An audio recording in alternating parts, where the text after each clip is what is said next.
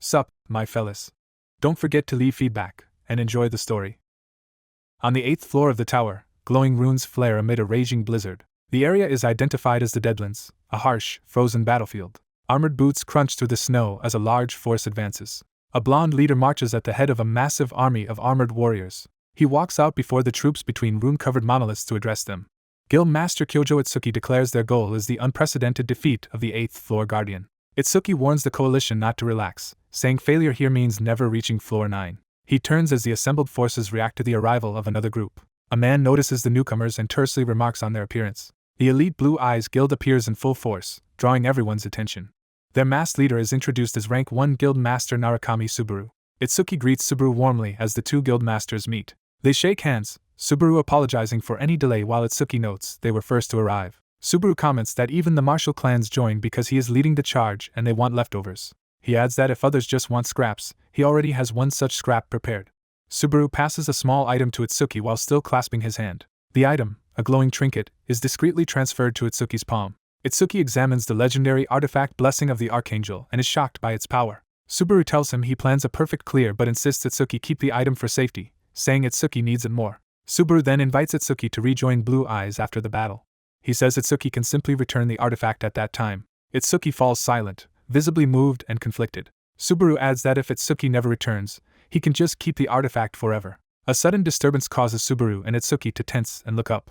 Itsuki announces that the Guardian has appeared much earlier than expected. The 8th floor Guardian is formally introduced as everyone braces for its arrival. Itsuki shouts for everyone to brace for impact as the threat descends. The Venom Dragon Hydra, a multi-headed poison dragon, crashes onto the battlefield. Subaru looks up at the monster and casually insults its appearance. He clenches his hand into the ground, saying the creature makes his skin crawl. Lightning floods Subaru's body as he activates his power and vows the Hydra will die today. The Hydra's eye narrows as it focuses on the opposition. One of its heads gathers a massive ball of venomous energy to unleash a breath attack. Itsuki orders everyone to fall back from the incoming breath, but Subaru tells them it is unnecessary. Itsuki, confused, watches as Subaru stands firm before the charging energy. The Hydra's venom beam erupts forward in a devastating blast. Subaru dashes in, lightning-charged sword ready to meet the attack. His lightning slashes through the venom beam, creating a titanic explosion of light. The clash blasts apart the land, but Subaru's strike carves a path and protects the army. Itsuki watches Subaru's display and remarks that Subaru never changes. Subaru's teammates praise his attack and grumble that they missed the opening strike. One of them asks Subaru what he just gave Itsuki, and Subaru says they will find out soon enough. Subaru turns to his team and asks if everyone is ready. He declares that they will slay the oversized lizard and finally break through the cursed 8th floor. The Hydra looms ahead as Subaru's party charges while Itsuki and the rest follow behind. Itsuki, watching Subaru's group, makes a sardonic comment about how close they all seem. A mustached man quietly reports that their hidden soldiers are in position according to plan. Itsuki approves and signals that their own operation should begin. The cloaked conspirators agree and wish each other fortune as they move. Itsuki stands alone, expression shifting as the true plan sets into motion. The healer Chino prepares her staff as the storm roars around them. Blue Eyes members rush the Hydra, attacking different heads in a coordinated assault. A rushing Hydra head lunges at them, jaws open wide. A female fighter leaps in, slicing at a head while another ally shouts not to charge in without warning. She grins mid-attack while closing in with her blade. She carves a deep bloody gash along the Hydra as she jokingly asks if they are still not used to her. Another ally freezes part of the monster and scolds that they should still be more aware of each other. A red aura fighter, Toshiya, charges up and challenges his comrade to see who deals more damage. Toshiya unleashes a massive red slash that devastates one of the Hydra's heads. As the head falls, another ally considers how to respond to the challenge. A blue energy assassin dives down declaring that the loser will have to buy dinner. He cleaves another head in a vertical strike, showering the field with blood. One ally nearly crashes near Chino, apologizing as the wounded Hydra thrashes. Chino tells them not to worry about her and urges them to keep attacking. She raises a glowing orb and summons a huge pink barrier dome to handle defense. Subaru calls out to Chino, getting her attention as she holds the barrier. Standing close behind her, Itsuki slyly asks if she can defend against what he is about to do as well. Chino's eyes widen in shock as something goes horribly wrong. Itsuki suddenly stabs Chino through the chest from behind, remarking that this is what happens when someone gets cocky. Subaru, seeing her collapse, staggers and calls out her name in horror. Chino falls bleeding, the attack clearly fatal. Behind her body, Itsuki stands smiling, bloodied weapon in hand. Subaru's eye goes cold and furious at the sight of his fallen comrade. Itsuki taunts Subaru that this is no time to be distracted. Subaru, stunned, asks Itsuki why he is doing this as the Hydra hovers behind. The narrative flashes back to the moment every player first saw the tower's message, being chosen to climb in preparation for an unknown beginning. That first message is described as what every player sees when they enter the mysterious tower. It is explained that no one knows who created the tower or why, and that people can only obey the enigmatic command to climb. Players from many worlds strive toward the unreachable top, each from different realms such as Earth and other dimensions. Countless players from various dimensions march toward the tower's entrance and climb again, each with their own mission. Back in the Deadlands, smoke and debris fill the air after the Hydra's rampage. The battlefield is littered with the mutilated corpses of the Hydra, showing the brutal fight's aftermath. Among the carnage, Subaru's allies lie dead and impaled on the snowy ground. Subaru gasps raggedly, barely holding on after the slaughter. Narration reveals that despite being told to run, Subaru and his team defeated the supposedly impossible Floor 8 boss, Venom Dragon Hydra. Subaru looks at the bodies of his fallen comrades and bitterly says he never told them to die for him. He calls his dead friends idiots, overwhelmed with grief. System messages warn Subaru that he is poisoned, his fatigue is extremely high, and his condition is critical as he reflects that survivors will still praise him. Another warning states that reaching fatigue 100 means death, while Subaru imagines people lauding him as the master of lightning. He glares at Itsuki from the ground and asks why Itsuki betrayed them. Subaru screams at Kyojo Itsuki to answer him. Itsuki calmly says it has been 10 years leading up to this day and expects Subaru to understand. He explains that baiting Subaru and sacrificing Blue Eyes was the only way to defeat him without interference. The scene lingers on the corpses of Subaru's teammates, as the weight of the betrayal sinks in. Itsuki rants that Subaru has no idea how much being indebted to him twisted his life, so he chose the world over Subaru. Subaru weakly acknowledges that Itsuki's explanation is all there is to it. Itsuki admits it is a shame things ended this way but says he can finally glimpse the tower's end. He tosses the Archangel artifact away, saying there is no need to return it now that Blue Eyes will vanish with Subaru. Itsuki tells Subaru not to be sad because he will be remembered as a hero even in death. Subaru smirks bitterly, saying Itsuki always talks only about what he wants right to the end. Bloodied fingers dig into the ground as Subaru musters the last of his strength. He resolves that even if he cannot save himself, he will not let Itsuki's betrayal stand. Subaru's eye flares again as he prepares a final move. He opens his inventory interface and vows he will not go quietly. Itsuki's face twists in surprise as he senses Subaru's last stand. Subaru draws the legendary weapon Iolos, whose power can create a storm that blows a target far away. He activates the item, shouting back that of course he would never reveal it earlier. System text shows Iolos still has 4 uses, and Subaru plans to use them to fire 4 blasts. He notes there are 4 Blue Eyes members still alive that he can rescue. Subaru unleashes a massive storm, intending at least to blow his surviving comrades to safety. The gale seizes people across the battlefield, flinging them high into the sky. Itsuki panics and orders his forces to chase them and not let anyone escape. Martial clans respond to the order and rush to pursue the fleeing Blue Eyes members. Subaru powers the gale further, determined not to let any pursuers reach his friends. He grins through the pain, swearing he will not allow escape for Itsuki's forces instead. Despite critical fatigue warnings, Subaru raises his flaming lightning aura and declares everyone will stay here. The system warns his fatigue has reached 95 and that his Master of Lightning state is time-limited. He triggers Master of Lightning Dissension, calling down colossal lightning around himself. Itsuki, sweating, admits Subaru's stubbornness as the power surges. Subaru's body is further wounded as fatigue spikes to 96. Surrounded by raging lightning, Subaru admits he cannot give anyone the glorious send-off they deserve. He promises Itsuki will pay for this betrayal with his life. Subaru solemnly declares that from now on no one leaves without his permission. Some enemy soldiers curse but commit to attacking, realizing they have no other choice. They charge Subaru in a desperate all-or-nothing rush. Subaru meets them head-on, cutting through their ranks in a storm of blades and lightning. He judges that these weaker enemies are not strong enough to kill his escaping comrades. However, he worries about what will happen once Itsuki personally intervenes. Subaru hurls his spear with a lightning-charged throw directly at Itsuki. He notes that Itsuki is finally far enough away, but his own fatigue climbs to 97. Subaru thinks he cannot stall much longer as more enemies swing at him. He barely dodges and counters another sword strike, body nearly at its limit. His fatigue rises to 98 as blood pours from his mouth. He cries out in pain yet continues charging toward Itsuki's line. A huge blast of power or blood erupts, obscuring the clash. Enemies recoil as Subaru's suicidal attack detonates in a red-tinged explosion among them. A bloody spear falls to the ground, showing that Subaru has been gravely wounded. One soldier gasps and exults that he has killed Narukami Subaru. Subaru suddenly grabs the man, lightning crackling, and coldly asks him to repeat that claim. A massive lightning shockwave radiates outward, frying the surrounding foes. Enemies convulse as dark lightning tears through their bodies. One charged soldier collapses at Subaru's feet, dead from the discharge. Subaru clutches the weapon buried in his own chest, still refusing to falter. He kneels alone amid corpses, his body wreathed in failing lightning while enemies ring him warily. Nearby soldiers stare at Subaru's collapsed form and wonder if they have finally defeated the monster.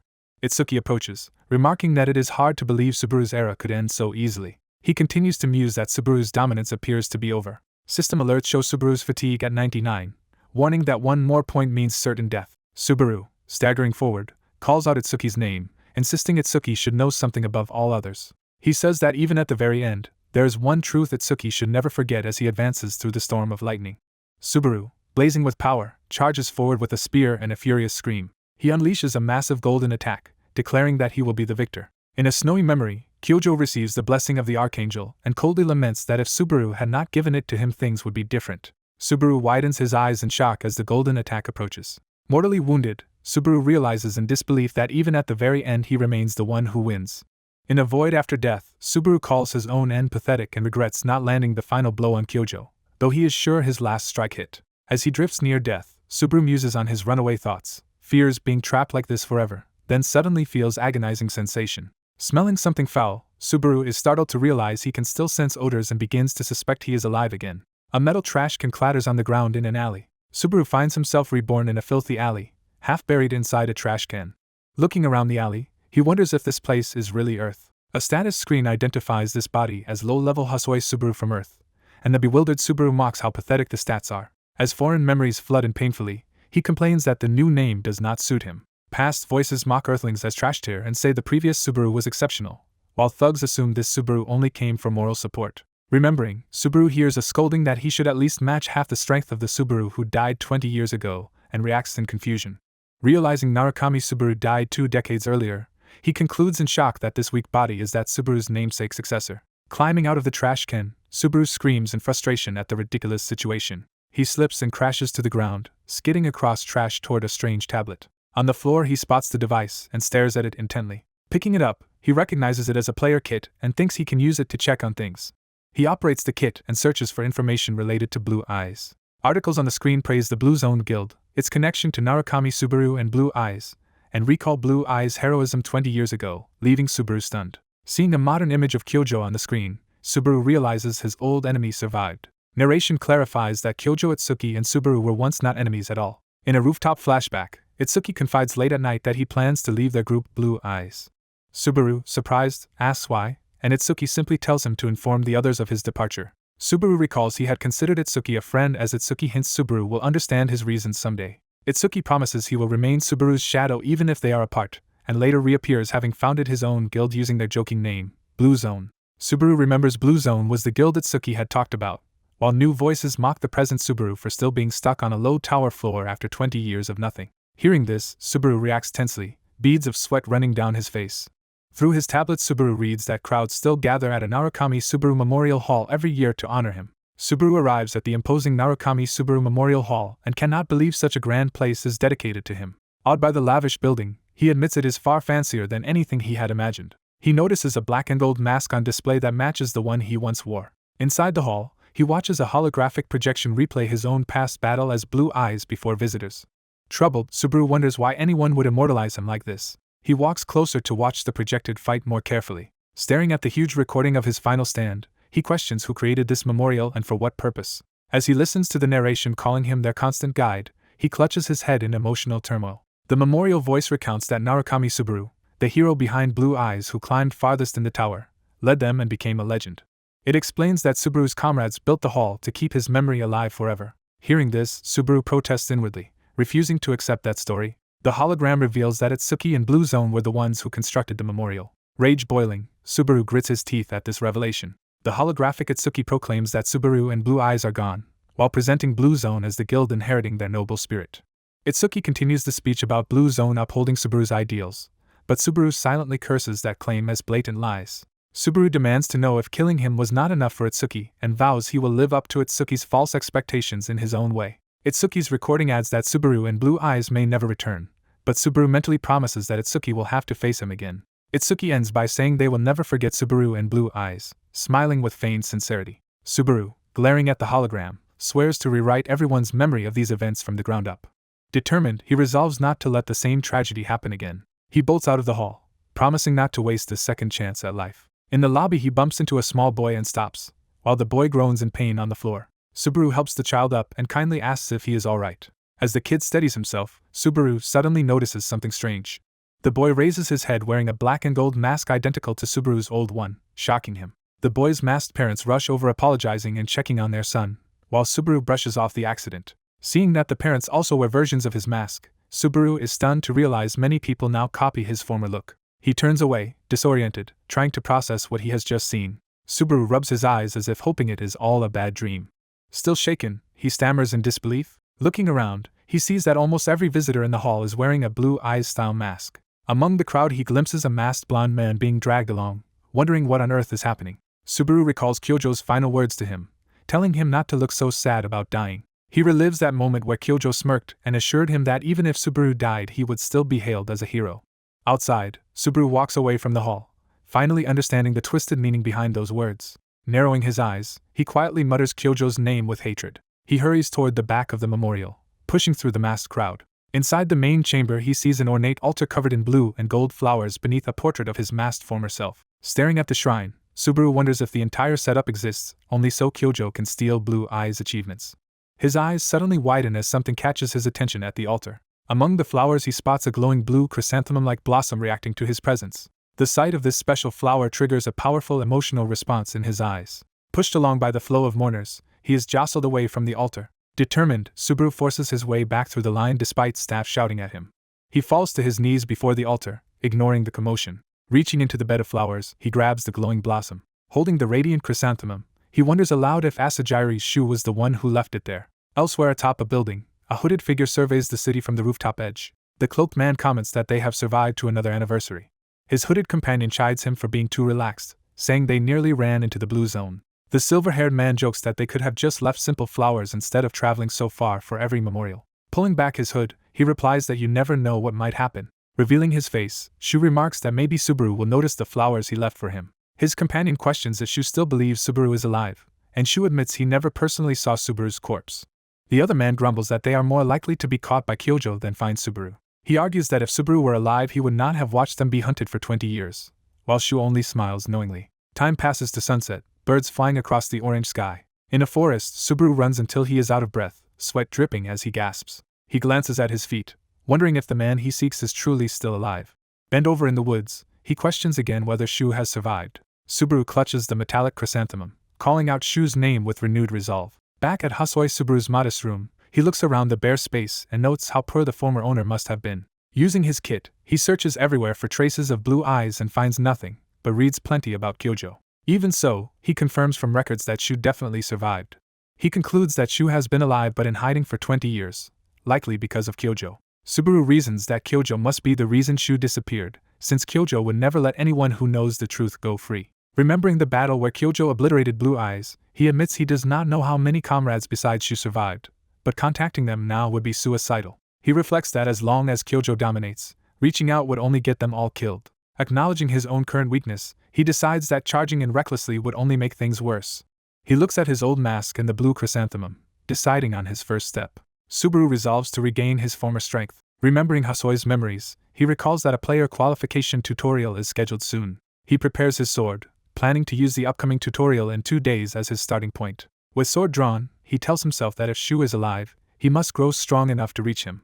He believes that if she truly lives, their paths will eventually cross again. The scene shifts to the massive tutorial trial grounds arena. In the center, a bloody trainee stands among slain goblins. Trial supervisor Huga watches quietly, clipboard in hand. The exhausted trainee has just finished off his goblin opponents. Huga tells the panting man that he barely passed. Huga then asks if he wants to attempt the next stage, surprising the worn-out trainee. A prompt appears explaining that each higher step adds another goblin and offers greater rewards, leaving the man anxious. He yells that he refuses to fight 3 goblins at once, while Huga grumbles that his shouting is giving him a headache. The panicked trainee insists that a pass is still a pass as he is teleported away in blue light. Watching him vanish, Huga mutters that such weaklings will not survive beyond the tutorial and laments having to let them advance. He notes that only Isaac, Reinhardt's son, managed to reach step 20, dismissing all other participants as worthless. Disgusted, Huga says the tutorial has become far too easy and kids these days are pathetic. Checking his device again, Huga suddenly notices something unusual. Subaru steps into the arena, approaching with sword in hand as Huga observes. Huga comments that Narukami Subaru is a heavy name to bear. Looking at Subaru from the platform, he adds that this is assuming Subaru can even pass the test. A system announcement begins as Subaru listens impassively. The screen declares that 2 goblins will be released and must be defeated. As Huga begins to formally start the tutorial, Subaru moves before he can finish. Subaru blurs forward and slices, decapitating both goblins in an instant. Huga, stunned, wonders what just sped past him as goblin heads fly. He then sees the decapitated goblins raining down around him while Subaru stands further away. Subaru smirks, thinking it was wise to spend the last 2 days non-stop training this body. He recognizes that this reincarnated body is actually very gifted. Hasoi Subaru simply never used its stats properly. When asked if he wants to challenge the next step, Subaru answers confidently and urges them not to waste his time. Huga's eyes bulge in shock at this attitude and display of strength. A goblin head rolls to Huga's feet. Surveying the arena full of goblin corpses, Huga exclaims in disbelief at what is happening. Watching Subaru continue to cut through waves of goblins, Huga begins to sweat nervously. He realizes Subaru's attacks are not wild swings but precise, calculated strikes. Observing the battle, he notes Subaru is reading the fight several moves ahead. Subaru's bloody sword hovers steadily in his grip. Huga concludes that Subaru's ability goes beyond ordinary swordsmanship and borders on something supernatural. Subaru smiles confidently amid the chaos, sword resting on his shoulder. Huga thinks Subaru's combat strength is unbelievable, comparable only to Narukami Subaru himself reborn. A ferocious elite goblin charges, only to be slashed by Subaru's blade. Subaru casually cuts down yet another goblin while its companion freezes in fear. A prompt appears stating Subaru has cleared step 49 and asking if he wants to face the final boss. Catching his breath, Subaru calmly agrees to attempt it. Surrounded by fallen goblins, Subaru steels himself as power gathers for the next stage. The arena floor cracks and surges with energy as the final challenge is summoned. From the shattered ground, a towering goblin boss with a massive club erupts before Subaru. Huga frantically shouts at Subaru to stop, warning that even Narukami Subaru struggled with this foe and begging him not to throw his life away. Ignoring the warning, Subaru stands firm with sword drawn as the colossal goblin boss roars and descends upon him. The Goblin King senses the heavy casualties up to step 49 and flies into a rage. The old examiner shouts that they must retreat, saying challenging the Goblin King is far too reckless. As the towering Goblin King approaches, the examiner warns that fighting it is suicidal and that greed cannot overcome such a stat gap. Subaru inwardly admits that with his current stats he likely cannot even scratch the Goblin King. Despite that realization, he tightens his grip on his sword, determined to keep fighting. He then refuses to continue the straightforward fight, rejecting the obvious approach. Subaru deliberately drops his sword at his feet on the blood-stained floor. The examiner panics, thinking Subaru has lost his mind for discarding his weapon now. As the enraged Goblin King charges, the examiner yells that he knew something was strange about Subaru from the beginning. A small poison needle strikes the Goblin King in the thigh, drawing blood. The Goblin King growls in surprise as it realizes it has been pricked by something. A bead of sweat runs down the Goblin King's face as it senses danger. The Goblin King watches, confused, as Subaru calmly picks up a goblin's crude club from the ground. Subaru reveals multiple poison needles in his hand and taunts the Goblin King for being surprised. Holding the needles, Subaru proposes a wager with the advancing Goblin King about what will happen first. He declares the bet is whether the Goblin King beats him, or he turns it into a pincushion with the needles. Subaru whips his arm and begins hurling the spinning needles with precise force.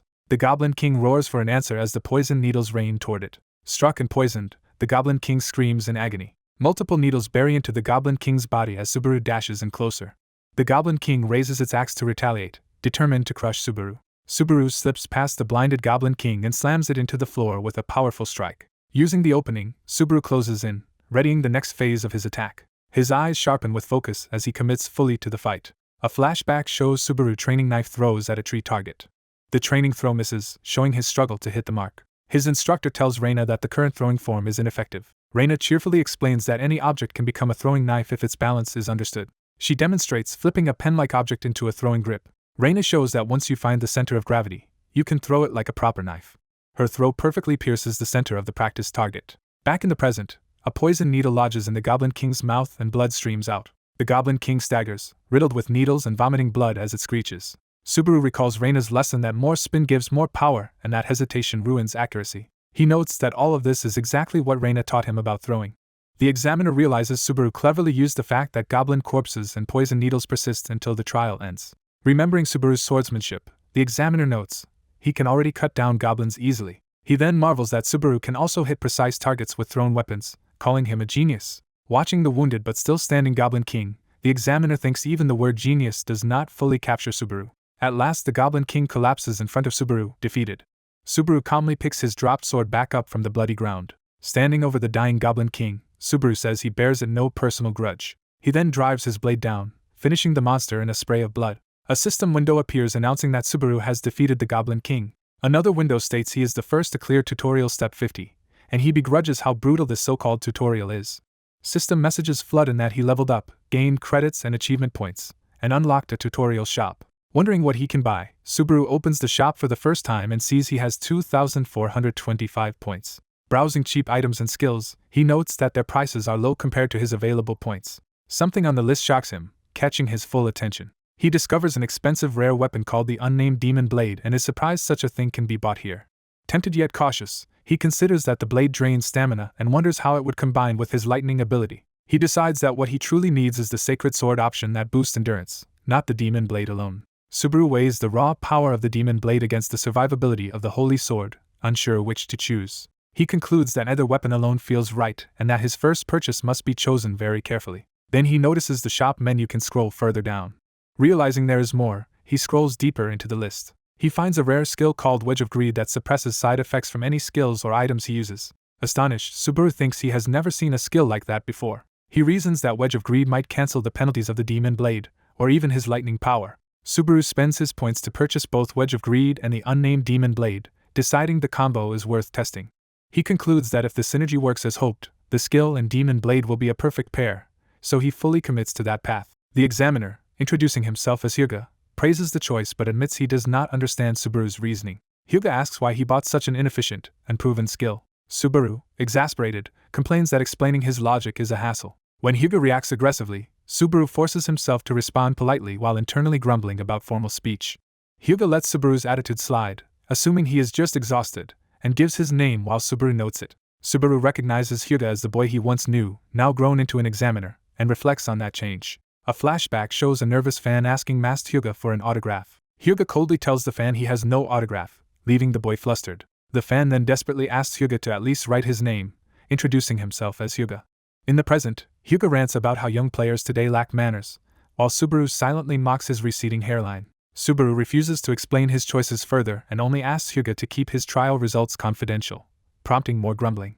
Annoyed, Huga vows to drill proper manners into Subaru from scratch. He then tries to recruit Subaru into his Nightly Way guild, but Subaru bluntly turns him down. As Subaru chooses to move on to floor 2, Huga protests that being personally scouted is a rare honor. Subaru teleports away while Huga runs after him, shouting that he is not finished talking. Left alone, Huga sighs that he must have overestimated Subaru.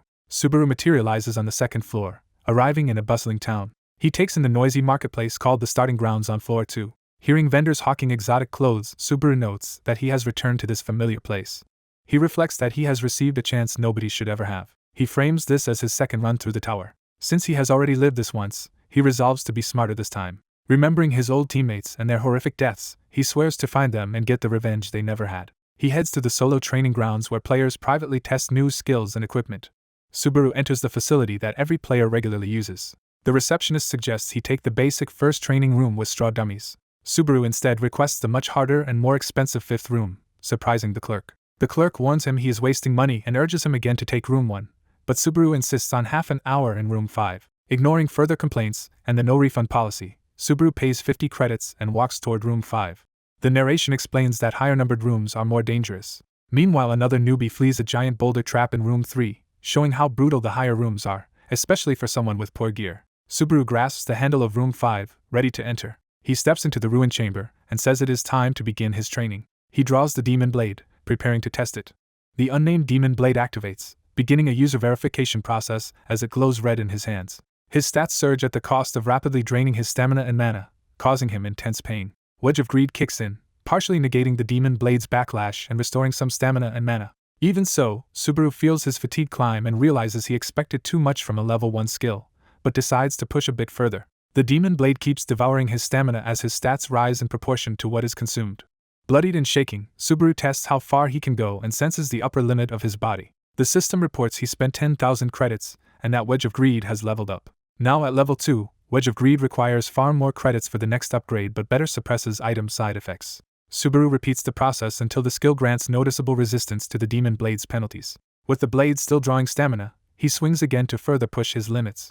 His stats spike again, and he approves of the increased power despite the strain. Bracing himself, he charges forward for a full power test strike. He unleashes a devastating slash that obliterates the room's deadly mechanisms. While the clerk naps at the front desk, unaware, the training continues. Hearing something, the clerk wakes up, confused. Half asleep, he questions whether he is still dreaming. He glimpses Subaru leaving a bloody trail as the young man staggers out of room 5, silhouetted by light. The clerk wonders if that was the client from room 5, surprised it ended so quickly. Curious, he knocks on the 5th room's door to check if the ambitious youth is still inside. He cautiously opens the door to peek in. The shocking sight inside makes him shout in disbelief. He sees the room utterly destroyed, with shattered traps and devastation everywhere, and wonders what happened. Elsewhere, morning light streams into Subaru's room as he awakens with a groan. Stretching, Subaru wonders how long he slept and notes that his body still feels stiff. Over breakfast, he reflects that only a flawed weapon like the demon blade allowed yesterday's events. Otherwise, things would have gone very differently.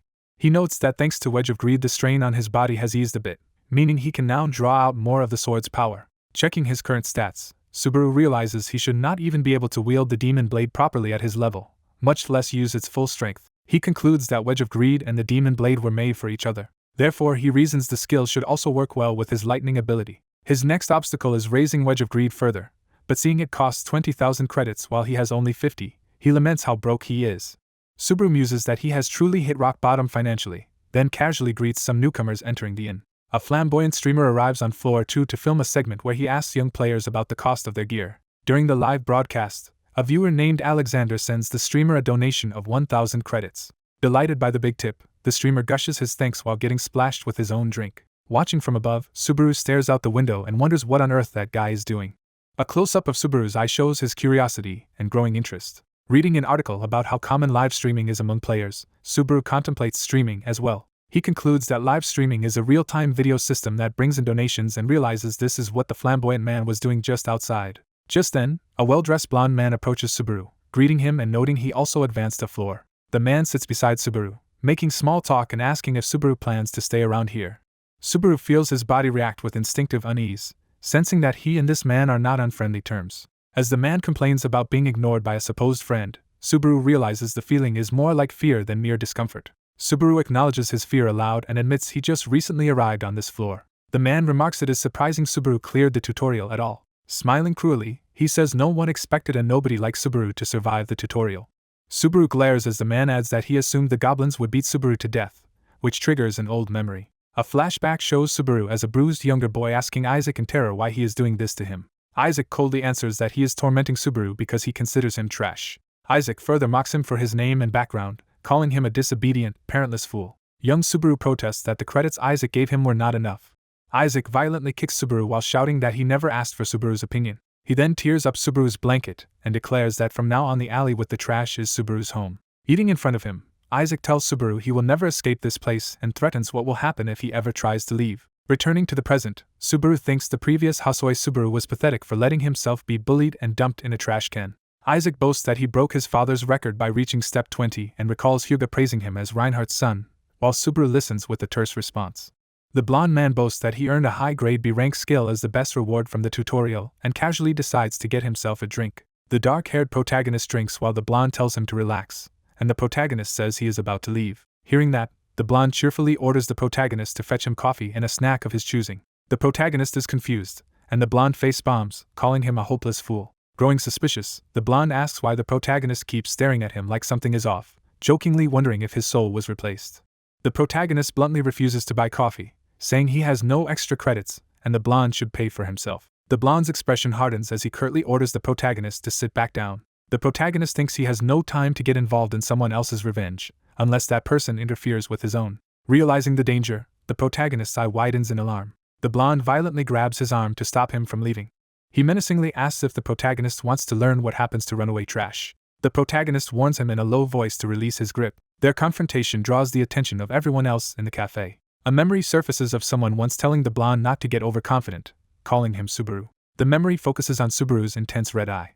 The protagonist restrains himself, thinking he cannot cause a scene in front of this many people, or it will create problems later. The blonde suddenly bursts into laughter, dropping the threatening act. He brushes it off as just teasing like old times, insisting the protagonist is still weak. Mocking him further, he claims the protagonist must have barely survived the tutorial, and is just feeling cocky. The protagonist quietly shifts his stance, his boots scraping the floor as if steeling himself.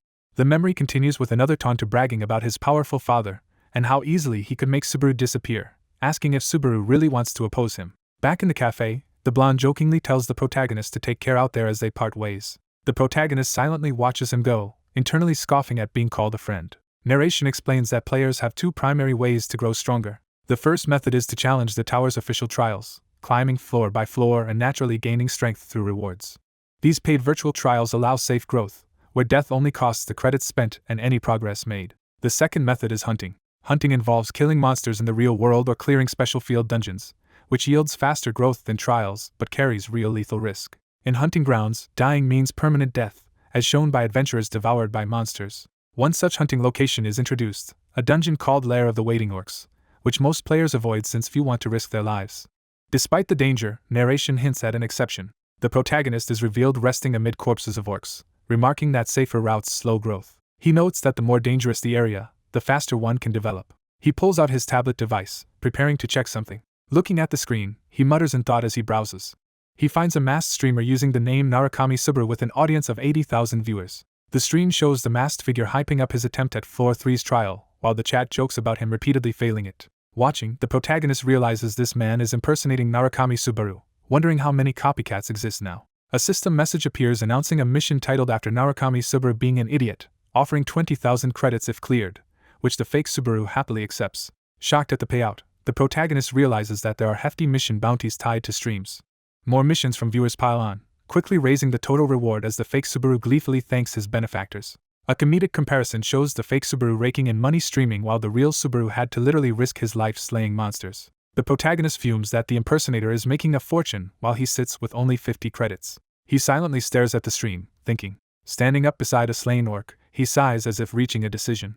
He pulls his blood-soaked demon sword free, saying he has one more task to handle before leaving. Heavy footsteps announce approaching enemies. A group of snarling orcs emerges from the tunnel darkness. A notification declares that the dungeon boss, the orc general, has appeared. Facing the new enemies, the protagonist muses that although he lacks poison needles this time, he has something even better.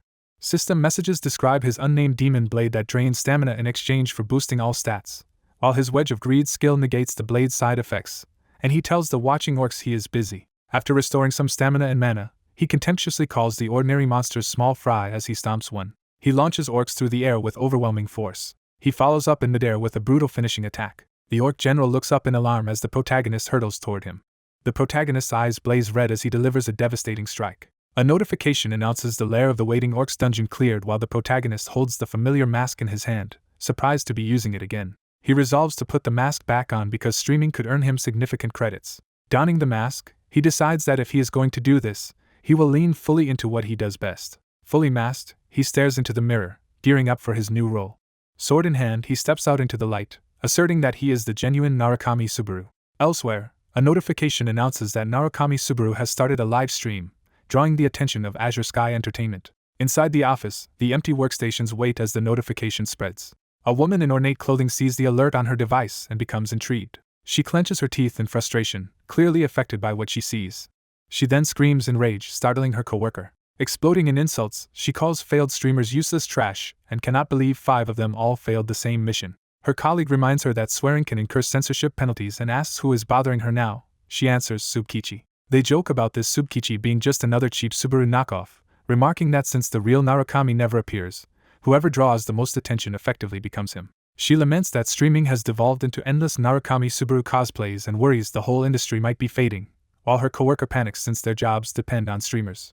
She argues that these fakes disrespect real players risking their lives in the tower, while he cautiously tries to calm her down. He then pointedly asks why, with those beliefs, she herself is still stuck on the lower floors. She pauses, then flatly admits it is because climbing is boring. She points out that he also gave up climbing and tells him to go recruit worthwhile rookies instead of nagging her, while he sheepishly says he lacks talent. He privately reflects that she originally started climbing just to meet Narukami Subaru, and without that goal she lost her drive, when something surprising on her screen cuts him off. Noticing, he exclaims that an incredible kid has appeared, prompting her to ask if he has found yet another oddball. She instead says it is a new Narukami Subaru cosplayer, as the stream shows the masked protagonist walking alone through a dungeon with a single viewer. Her coworker is incredulous that this is what she calls rookie scouting and questions why she is watching a zero-view Floor 2 stream. She confesses that whenever someone wears that mask she cannot help but hope it is the real Narukami Subaru. The system deducts 1,000 credits from the coworker for more censored swearing, and he apologizes. Meanwhile, the Floor 2 trial begins, tasking challengers to clear the Dungeon of Beginnings while earning achievement points from killing monsters. The protagonist enters the trial's cave, acknowledging that this floor is tedious. Despite that, he feels added pressure knowing there are viewers watching him. His tiny chat asks what floor he is on. The stream currently has only 2 viewers. They ask if this is his first run, and he answers that yes, it is. The viewer questions if he should really be streaming a blind run without knowing the route. A one-eyed bat suddenly swoops at him. He calmly grabs the bat mid-air. He smashes it to the ground and finishes it off with his sword. A notification awards him 1 achievement point for killing the bat, and he curtly asks chat if there is a problem with how he fights. The interface reiterates the floor and dungeon details as his first attempt continues. Another overlay repeats the objective and the AP system as he advances deeper into the cave. Chat praises his reflexes and notes that streaming from floor 2 is unusual. Another viewer warns that most streamers quit if views do not grow and advises him to wait for a party. The protagonist politely declines the suggestion, saying he appreciates the advice but will not follow it. He tells them he prefers going solo while chat reacts in disbelief and amusement. He notes that simply using the Narukami Subaru name is already pulling in viewers as he strides onward. He slices through a lunging mud mermaid-like monster. He tightly grips his demon sword, ready for more. He vows to push as far as he can in this attempt. System messages show he has already killed a mud mermaid and gained 2 AP, while chat discusses what they saw. More bats swarm him from the front. He unleashes a sweeping strike that cuts down many of them at once. Blood flies as he continues carving through the flock with relentless ferocity. Viewers react in confusion and awe, sensing something has awakened in him as the live viewer count climbs to 10. Notifications tally more kills of bats and mud mermaids, and the AP gained as he explains that by listening carefully he can tell where enemies are and how many approach. He casually says that if you understand that much, it should be easy, while chat insists no normal person could do what he is doing. Internally, he decides he cannot stop yet and must stockpile as many achievement points as possible before exiting. Determined, he marches forward through the dungeon with his sword ready. Chat questions whether he has simply been walking straight this whole time, and warns that charging ahead blindly will get him killed. His foot skids as he abruptly halts. He looks up, realizing why the chat is so worried. Above him the cave roof is packed with countless one-eyed bats, all poised to drop. A close-up shows one bat's enormous red eye charging with power. The cloud of bats prepares to attack as viewers jokingly bid him farewell, assuming he is doomed. A mission appears from a viewer named My Dead Stream, promising 100 credits if he kills every bat present. Chat laughs about the bait mission, but the protagonist reads it with interest. He thanks My Dead Stream for the mission and the promised 100 credits. Back at Azure Sky, his blue-haired coworker slams his fist in frustration at whatever stream he is watching. Screaming at the original Subaru's old career, he laments that Subaru retired after doing well up to floor 6. He quickly apologizes for yelling while the woman continues to watch silently. She stares at her screen in growing disbelief. Her coworker asks if she is okay and what she is watching, surprised by her uncharacteristic quietness. She mutters that what she is seeing cannot be real, while he nervously insists he did not gamble that much money and can repay her. She clarifies that is not what she meant, intently focused on the screen. She breathes Narukami Subaru's name and admits she is still watching that masked guy's stream. Her coworker, stunned, whispers that it cannot be. The stream now shows the protagonist annihilating massive swarms of bats alone, while spectators in chat marvel at his skill and question if he is really a floor 2 newbie. A flashback overlays his deadly movements with training from his silver-haired mentor, while another viewer gushes that Subaru is amazing. In the memory, the mentor praises his ability to adjust sword angles mid-swing while keeping breathing and gaze steady. From a wider view, the mentor asks if he is always compensating in advance for enemies' movements as he cuts them down in one hit. Subaru thinks it over, then honestly admits that he is not really doing anything special. The mentor calls him infuriatingly talented for saying that. The chibi forms argue about whether being unable to do that is actually the unusual thing. Back in the dungeon, Subaru recalls that even his mentor did not fully understand his instincts, and had instead taught him about eye contact and clarity in communication. He explains on stream that one-eyed bats always charge headfirst, so more of them just means a bigger shared opening.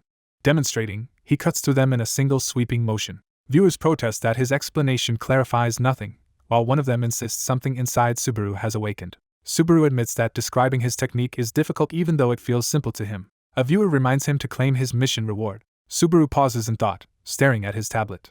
He stands awkwardly in the blood-soaked cave while chat wonders if the stream is lagging. He admits he does not know how to claim the mission credits, causing chat to laugh at his lack of streaming savvy. Following Love Money's instructions, he taps the claim button and receives confirmation that My Dead Stream has gifted him 100 credits, which he thanks them for. With his credits and AP total displayed, he announces to his 20 viewers that he will make one final push to the exit. Back at the office building under the night sky, a scream of amazement echoes out. The woman declares the stream insane, the only word she feels fits, while her coworker mutters that she is the crazy one. She challenges him, asking if he has ever seen a stream like this before, while he cannot understand why she is so worked up over a mere floor 2 run. She shouts that of course she would freak out at such skill, and he hurriedly apologizes. Swooning, she recalls that Narukami Subaru is from Earth like her, convinced their shared origin must be destiny. She then wildly theorizes that the masked streamer might be Narukami Subaru reincarnated, while her coworker sighs that she always loses her mind whenever Subaru is involved. Wika swoons dramatically, saying she feels dizzy and imagining Kaiharu when she closes her eyes. Kaiharu yells for her not to do it, accusing her of planning to scout the masked player, while she demands to know why not. She defiantly admits she wants to scout him, while Kaiharu argues the guy is talented but an unknown newbie with a dead stream, which she says she already understands. Kaiharu insists she does not understand and warns the department head will yell at her again, while she protests that he was just gambling and wonders why he is suddenly so serious. Ignoring him, Wika tells him to watch her and activates the video on her device. On her screen, the masked protagonist appears inside a dungeon. The protagonist walks toward a massive doorway with a blade in hand as dust and debris swirl. Reaching a terminal at the dungeon's end, he notes that he has arrived at the final room. The heavy doors begin to rumble and open. As the doors part, he prepares himself and wonders what is inside. He sees a huge, beastly figure identified as Greg. The creature rises, revealed as a terrifying wolf warrior, while chat messages recall how hard it is to get past him. A system prompt tells the protagonist he must earn the wolf warrior's acknowledgement and pass through a door to continue the trial. He reflects that wolf warriors are not mere hunters but gatekeepers who judge whether a player who cleared the dungeon of beginnings can advance. Another mission window offers him 3,000 credits if he defeats the wolf warrior, grabbing his attention. Shocked by the bounty of 3,000, he repeats the amount in disbelief. As his live view count hovers around 20, chatters doubt the client will pay, remark that the wolf warrior is not meant to be killed, and think the protagonist is wasting credits. Greg shifts and begins to move. The wolf warrior flexes his scarred body and limbs as he rises to full height. A status window names him Wolf Warrior Greg, Floor 2 Gatekeeper, as he fully unleashes his power.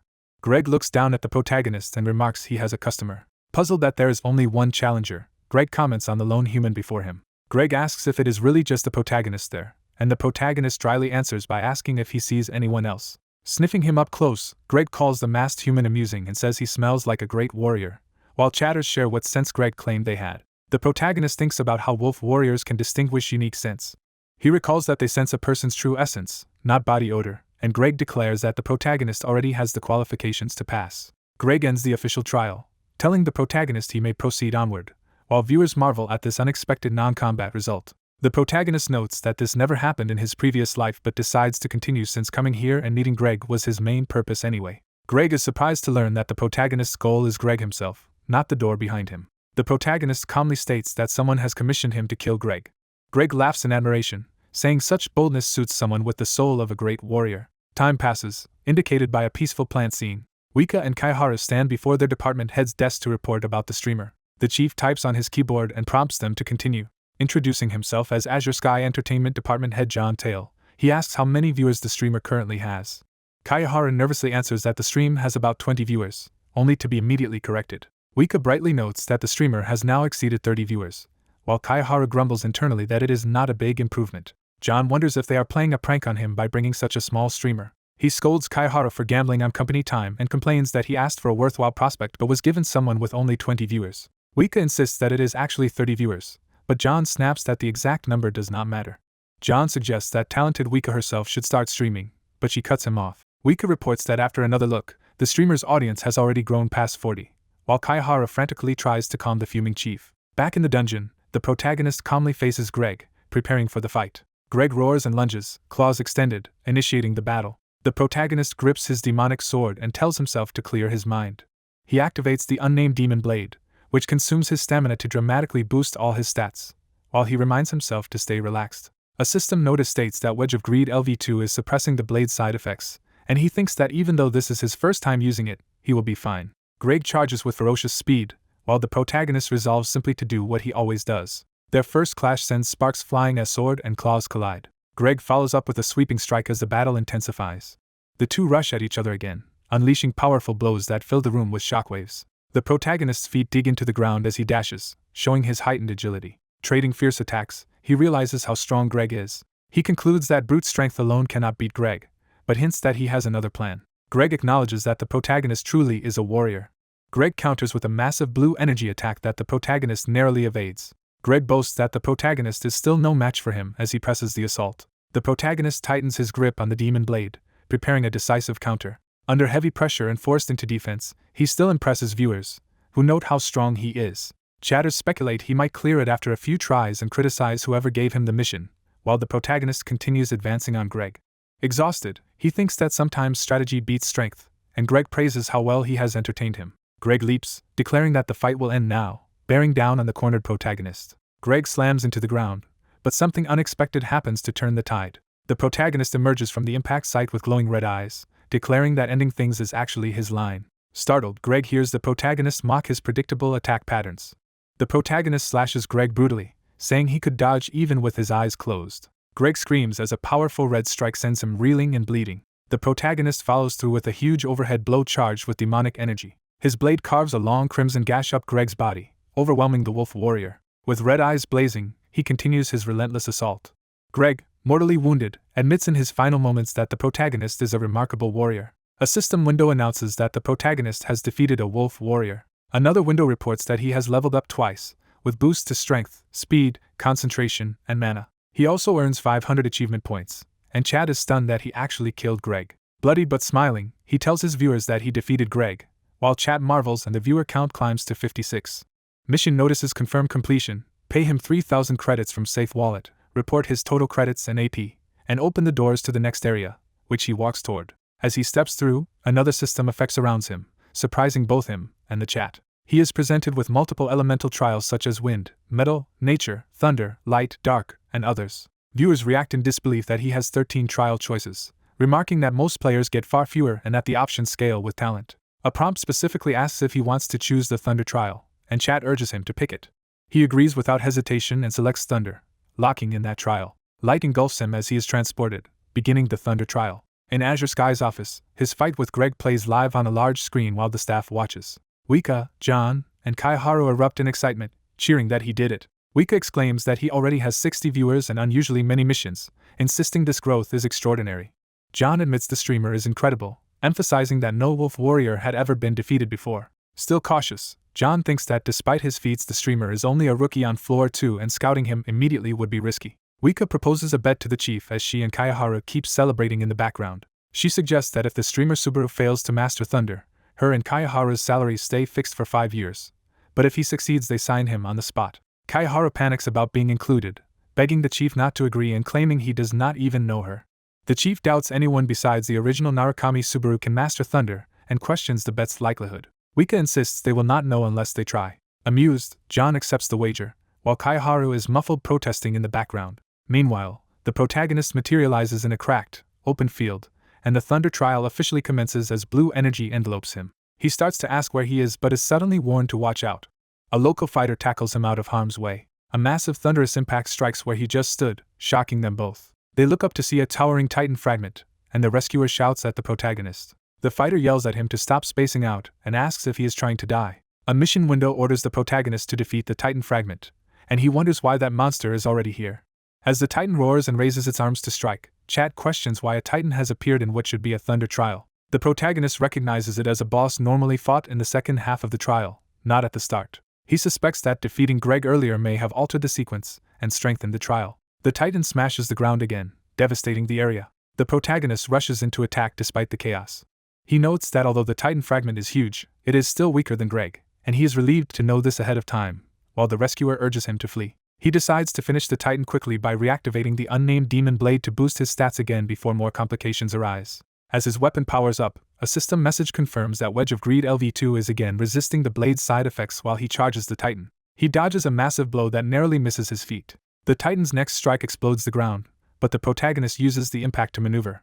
He plants a foot on the Titan's body to gain height. Surrounded by red aura, he rockets upward toward the giant's head. The rescuer stares in disbelief as the protagonist leaps high above the Titan. Landing on the Titan's shoulder, he prepares his killing thrust. The demon blade rips into the Titan's neck, spilling blood.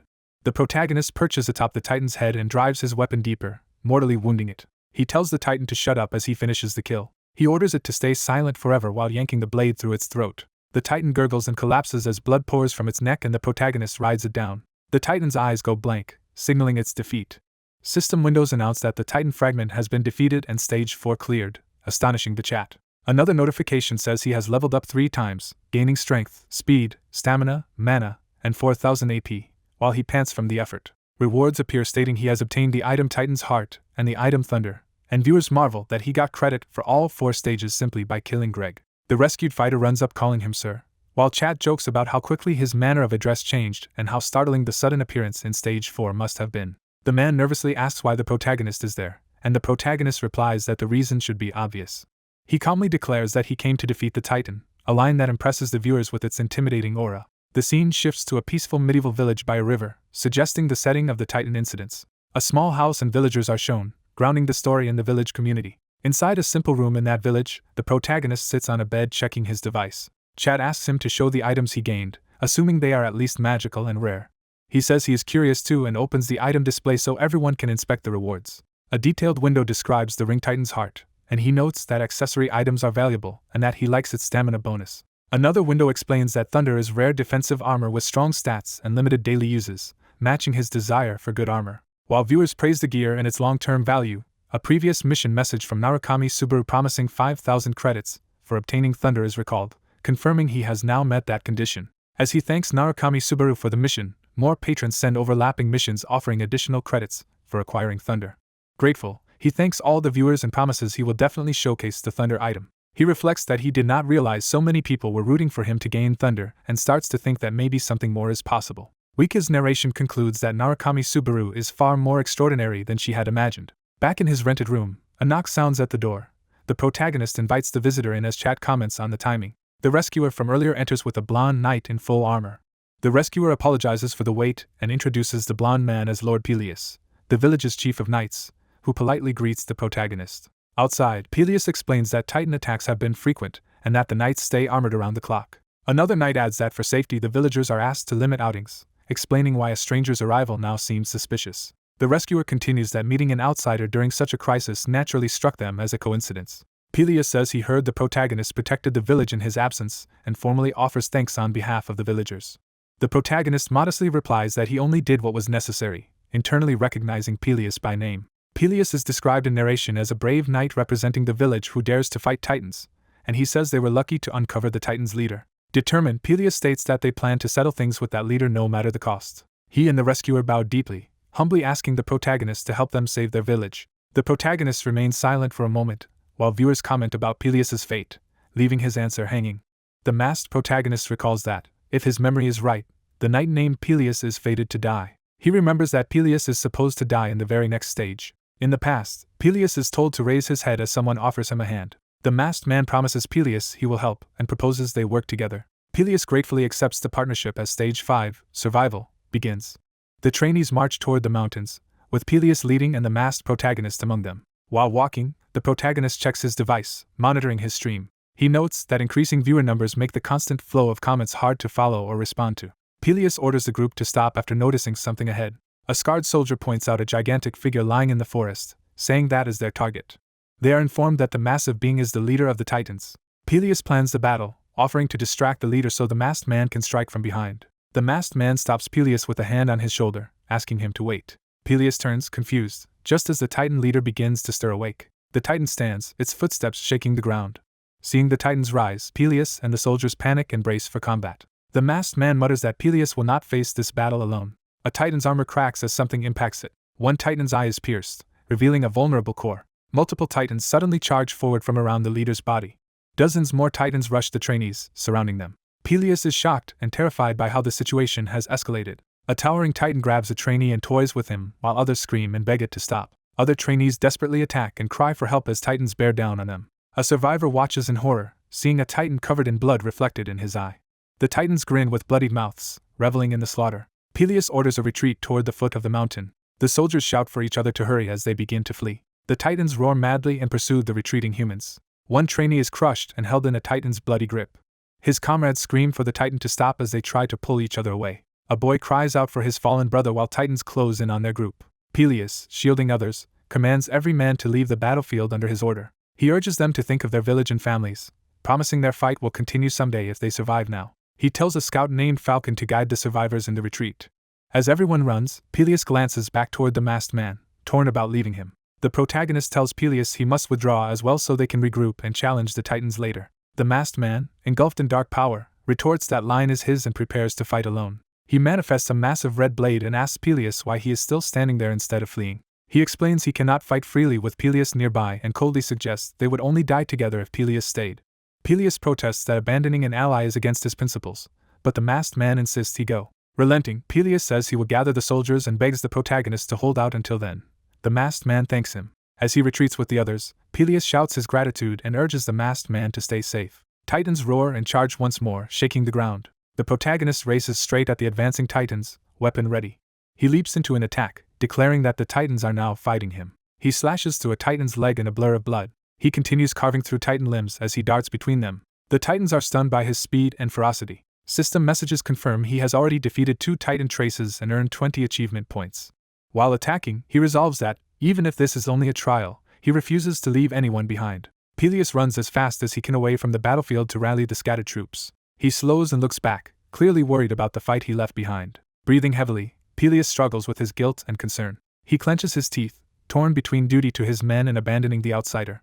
Meanwhile, the masked man stands alone before a horde of Titans as chat comments speculate that his stand is suicidal yet admire him. He assesses that with his current skills he might actually manage to save everyone, including Pelus, who was supposed to die here. More Titans charge him, preparing heavy blows. He cuts down another Titan, gaining more achievement points. Yet another Titan falls to his blade, and the system reports additional points.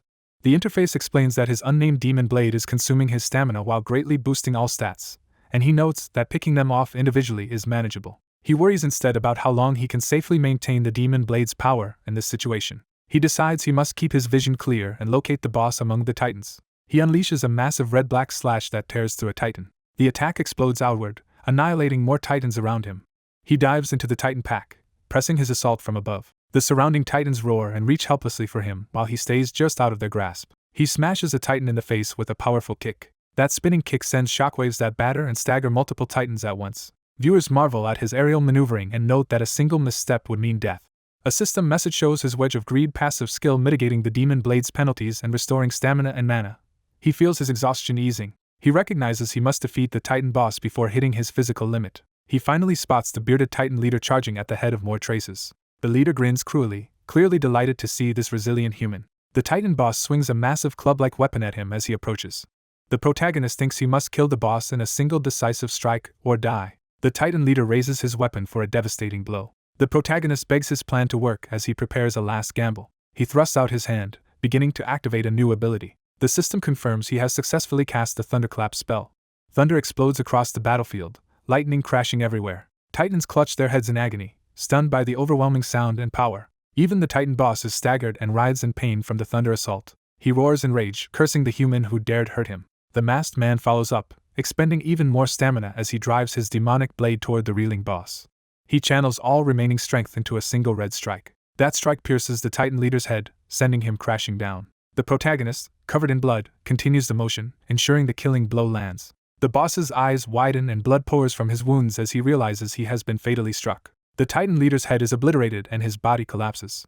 The system announces that the Titan species has been defeated. Messages then confirm Stage 5 is cleared. He has performed an astounding feat, leveled up twice, and all his stats have increased. Viewers watch the live feed of him slaughtering the boss, incredulous that anyone could defeat these Titans. In the aftermath, commenters call him a troublemaker for beating monsters meant to be unbeatable, while he reflects that a typical manga hero would end the story here with a noble sacrifice. Dark thunderclouds begin gathering overhead. Nearby Titans groan and clutch their heads, reeling from the lingering effects of thunderclap. The protagonist, still masked and bloodied, stands amid them holding his demonic blade. A notice warns that Wedge of Greed can no longer fully resist the demon blade's side effects as he staggers away, thinking to himself. He recalls that even if he clears this stage, it is only part of a longer ordeal. He realizes the Titans will endlessly respawn until he completes the true, underlying trial. He bitterly notes the irony that the same respawn mechanic he once abused in games is now tormenting him. Feeling his strength draining rapidly, he worries he may not last much longer. The remaining Titans regroup and start moving toward him again. Lightning starts crackling ominously between the black clouds and the ground. A huge golden lightning strike crashes down, scattering earth and energy. The protagonist braces himself as the electricity surges around and through him. The impact erupts in a blinding explosion at his position, shocking the surrounding Titans. Time jumps to a quiet forest bathed in gentle sunlight. The peaceful scene pans across the tranquil woods. A solitary cabin is revealed nestled among the trees. On the cabin's porch, a dark-haired woman relaxes in a rocking chair, watching something on a handheld device. The woman, absorbed in her screen, idly rocks as she views a video or stream. A white-haired man steps out from inside the cabin, noticing her. He asks what she is doing there, and she replies that she is enjoying the pleasant weather and fresh air. She adds that such peaceful leisure is a rare luxury for them now. He comments that the time has finally come after a long year, and she quietly agrees. He says it is about time they put an end to their situation. She remains silent at first, and he complains that she never takes his serious moods seriously. Curious, he leans over and asks what she is looking at on her device. She begins to explain. She shows him an image of the masked protagonist, and says the streamer goes by the name Narukami Subaru. Hearing the name Subaru, the white-haired man reacts strongly, but she clarifies it is not the Subaru they once knew. She explains that this is just a streamer name, and that the man has only recently started his second-floor trials. She then asks if he also noticed the resemblance to their lost comrade. She remarks that if their Subaru had survived, by now he and their friend Kyojo Itsuki would likely have escaped this tower. She insists Subaru is dead and urges the man to accept that reality. He cuts the conversation short, telling her to stop, and walks away as she calls after him. Frustrated, she demands to know how long he plans to keep living in Subaru's shadow. He counters by asking why she herself is so fixated, challenging her in return. Taking the device from her, he questions why she is watching a streamer who uses that name. She awkwardly claims she is only watching to kill time. Suddenly something she sees on the screen shocks her, and she exclaims in surprise. The man starts to scold her for still clinging to hope even now. Then he, too, looks closer at the stream and becomes stunned, realizing something about what he is seeing. Back in the trial, the protagonist's feet spark with yellow lightning as he moves. A massive new thunder attack erupts outward from him, creating a golden shockwave. The titans around him are bathed in lightning as the energy surges through their bodies. A system notification appears stating that he has acquired the thunder skill. Another message shows he has gained 2,000 achievement points and asks if he wishes to continue to the next floor, while viewers explode with shocked comments. Chat messages jokingly explain that obtaining thunder simply requires killing the titan boss, while the protagonist inwardly notes, such power cannot normally be learned in this stage. The thunder skill description appears, revealing it is a high-rank ability that consumes stamina and mana, and he is relieved the trial ended before he collapsed. Mission Clear notices role in along with large credit donations from viewers, and he thanks everyone watching. Seeing his credit total, he remarks that streamers are expected to put on a thank you show, then prepares to resume the trial. Fresh titans roar and charge at him again as part of the continuing challenge. He tells his viewers they should show what he can really do, spending 20,000 credits to upgrade Wedge of Greed. The upgraded Wedge of Greed now better counters Thunder's backlash, and he considers using the lightning to cover his whole body. He instead chooses to limit Thunder's effect to his hand for now to conserve stamina. With lightning in his hand and sword ready, he faces the charging titans head-on. He tears through the new wave of titans with electrified strikes. He then wraps Thunder completely around his demon blade, creating an even deadlier weapon. Empowered by both the demon blade and Thunder, he vows to rampage again like in the old days. Subaru unleashes a devastating thunder-infused strike, tearing through his armored enemies. His violent attack sends the armored foes flying as red energy rips across the battlefield. The shockwave from Subaru's power wipes out the remaining enemies in a single overwhelming sweep. Breathing hard with his demonic sword still crackling, Subaru stands amid the aftermath of the slaughter. He curses inwardly, annoyed that he failed to conserve strength for his return. Surveying the field of fallen foes, he realizes he misjudged how much he needed to hold back. Still panting, Subaru grips his sword while bodies lie scattered around him. A squad of knights rushes forward, shaken and sweating as they witness the destruction he caused. Their blonde captain stares in disbelief, shocked by what he is seeing. Realizing Subaru saved them, the blonde knight sprints toward him, calling out respectfully.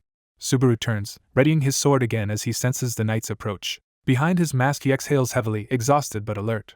As the blonde knight runs, he mutters insults at Subaru yet keeps charging to meet him. Internally, the knight is stunned that Subaru actually came to their aid. In the real world, a cloaked woman drops her device onto a desk in nervous anticipation. Two men stand before the distraught woman, silently watching her reaction. The suited men whisper that they do not understand why she is so worked up about this. Holding her head, the woman groans anxiously that something is wrong. Blushing and panicking, she wonders aloud what she should do now. She spirals, worrying that her message to Subaru was too formal and lacked emojis, making it sound purely business. One of the men teases that her email was only business and asks if she has fallen for Subaru. She snaps back that she cannot help it, because she is first and foremost his devoted fan as well as his would-be manager. Fired up, she reminds them she already said this before, leaving the two men startled. She passionately declares that the legendary thunder once exclusive to Narukami Subaru now belongs to this new Subaru, while her colleague sighs in relief about their pay. The director comments that such talent cannot be easily learned and that this man deserves close observation. Another staffer greets the director as the woman suddenly erupts with excitement. Ecstatic, she reports that Narukami Subaru has read their email. Her excitement collapses when she admits he merely left the message on read. The men watch as she metaphorically dies on her feet from emotional shock. Elsewhere, someone looks over a display of figures and weapons, deciding to begin preparations.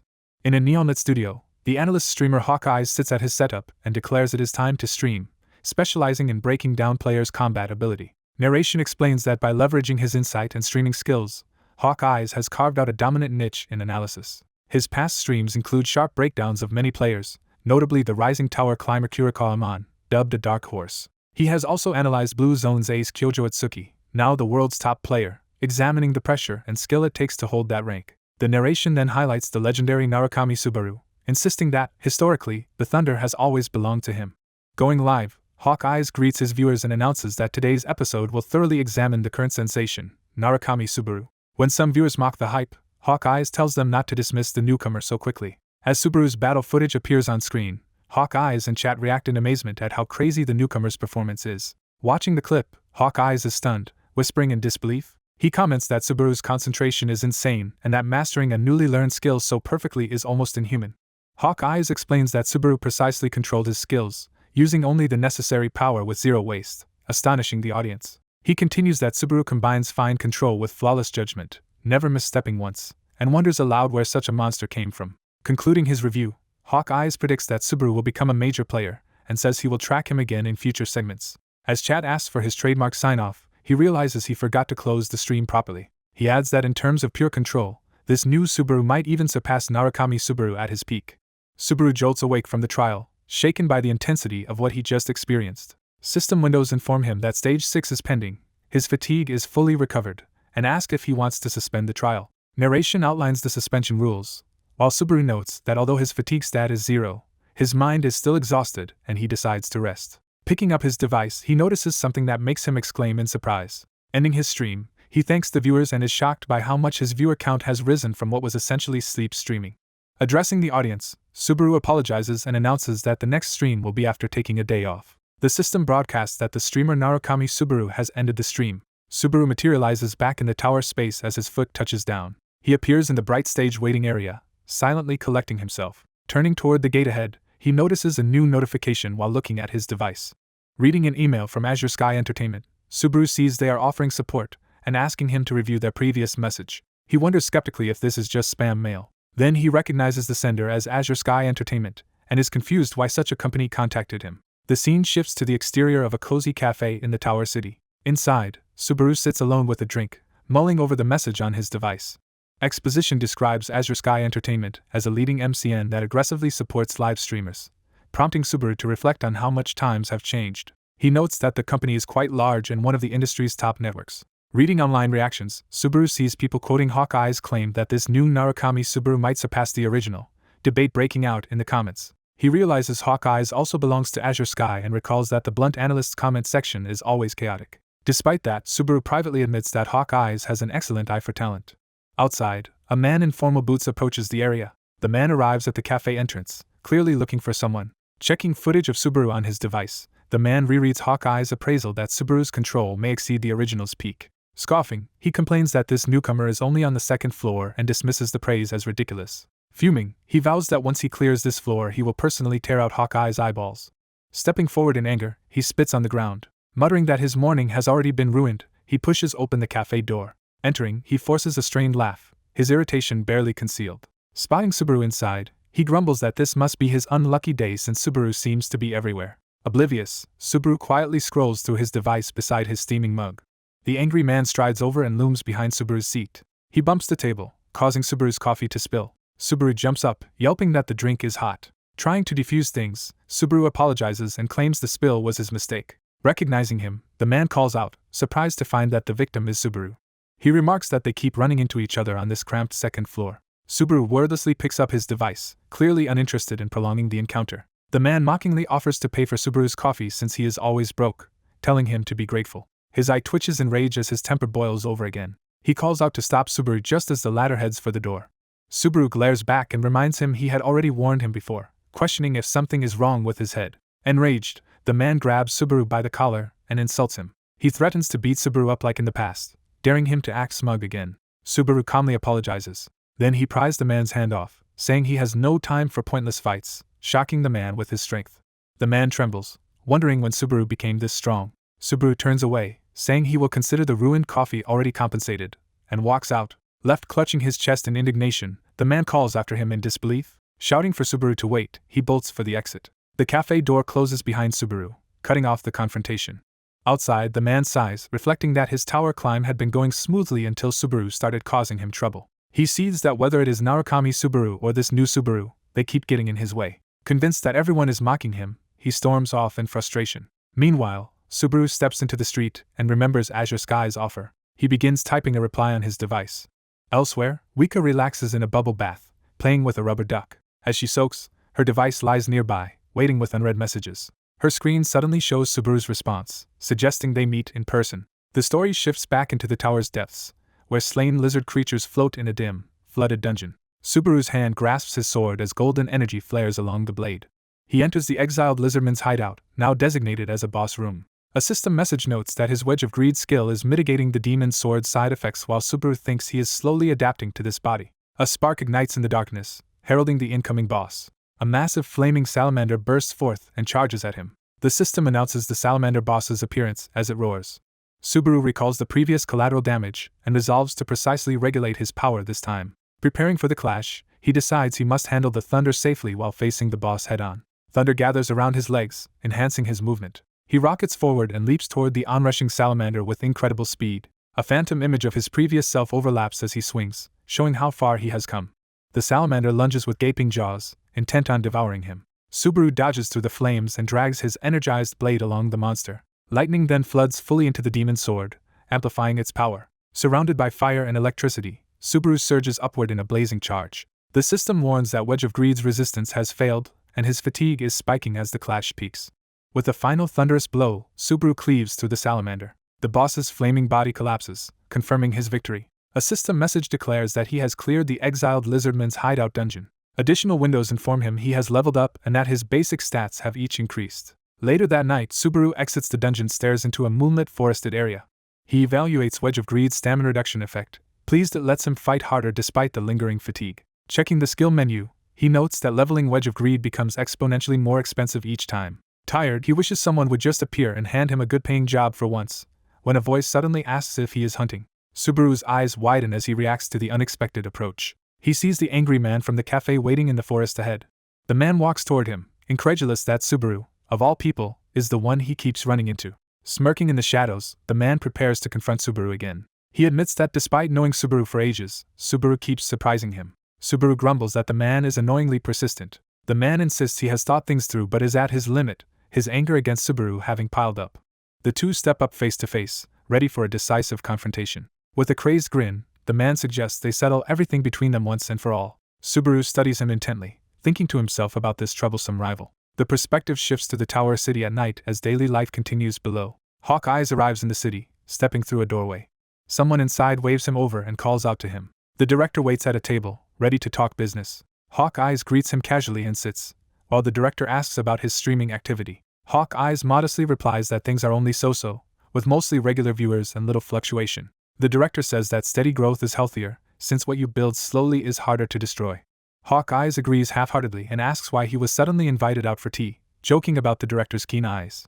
The director brings up the rookie Hawkeyes analyzed yesterday, Narukami Subaru, and asks if he meant everything he said. Hawkeyes confirms that, in raw talent, Subaru might even surpass the original Subaru at his peak, though whether he will reach that level is uncertain. Hawkeye's eyes gleam sharply behind his bangs as he thinks about the newcomer. The director, satisfied with the assessment, reveals he is considering scouting Subaru into their agency and asks Hawkeye's opinion on that plan. A guy mocks his friend for acting like a talent scout while doubting the low-viewership streamer he picked. The other man admits the streamer is unpopular but says he is now convinced by his colleague's reasoning. He proposes that the famous streamer collaborate with Narukami Subaru while their company boosts Subaru's exposure. In the dungeon, an arrogant man tells the protagonist they are now alone together. The protagonist confirms they are. The man scolds him for recklessly entering a dungeon and says he should have stayed put like he was told. Looming close, he taunts that the protagonist thinks he can be the next Narukami Subaru and learn thunder like that streamer promised. Grabbing him, he curses Narukami Subaru and says the dead should stay buried. Remembering his past, he rages that everyone annoys him and curses them all. Back in the present, he asks the protagonist if he agrees. The protagonist thinks to himself how this era is full of Narukami Subaru imitators. He then calmly asks why this man hates him so intensely. The man answers it is because his name is Subaru, prompting the protagonist to wonder why that name is so despised when others like it. Shocked, the bully stammers in response. He angrily asks how the protagonist can say that knowing who his father is, while the protagonist questions why his dad matters and why he still blames everything on him. The man recalls that his father is Reinhardt, a powerful ranker on floor 9. Hearing the name, the protagonist recognizes Reinhardt as the legendary one-swordsman. In a flashback, an announcer excitedly reports unbelievable news during a battle. The announcer explains that newcomer Narukami Subaru from Earth has just defeated the Rune Continent's ranker Reinhardt. He emphasizes that Reinhardt was felled with a single slash. The broadcast notes the fight lasted under 30 seconds while a bloodied Reinhardt struggles to continue. Reinhardt's hand collapses uselessly to the ground. The swordsman lies defeated in a massive crater. Back in the present, the bully explodes with rage, warning the protagonist not to speak Reinhardt's name so casually. The protagonist concludes that the man sees him as an enemy because of his father, the one-swordsman. He asks whether the bully understands how much Hasoi suffered because of him. Enraged, the man ignites his fire powers and threatens him if he says another word. The protagonist refuses to be silenced. Flames roar around the calm protagonist as the bully powers up his arm. The bully's arm becomes a blazing weapon towering beside the protagonist. He declares he is done talking and intends to kill the protagonist. Still attacking, he rants about hating Subaru Narukami, resenting how others idolize him despite doing nothing. He continues that Narukami's guild status made even weak guild members arrogant before they all fell together. He says those people got what they deserved. Laughing, he imagines them rotting in hell paying for their deeds. Preparing a huge fireball, he adds that the protagonist was unlucky to share Narukami's name. He unleashes a massive fiery explosion where the protagonist stands. He exhales, assuming the blast finished his foe. Then he apologizes mockingly, calling the protagonist his buddy while pretending he lost control. Smirking, he muses about killing the masked streamer next.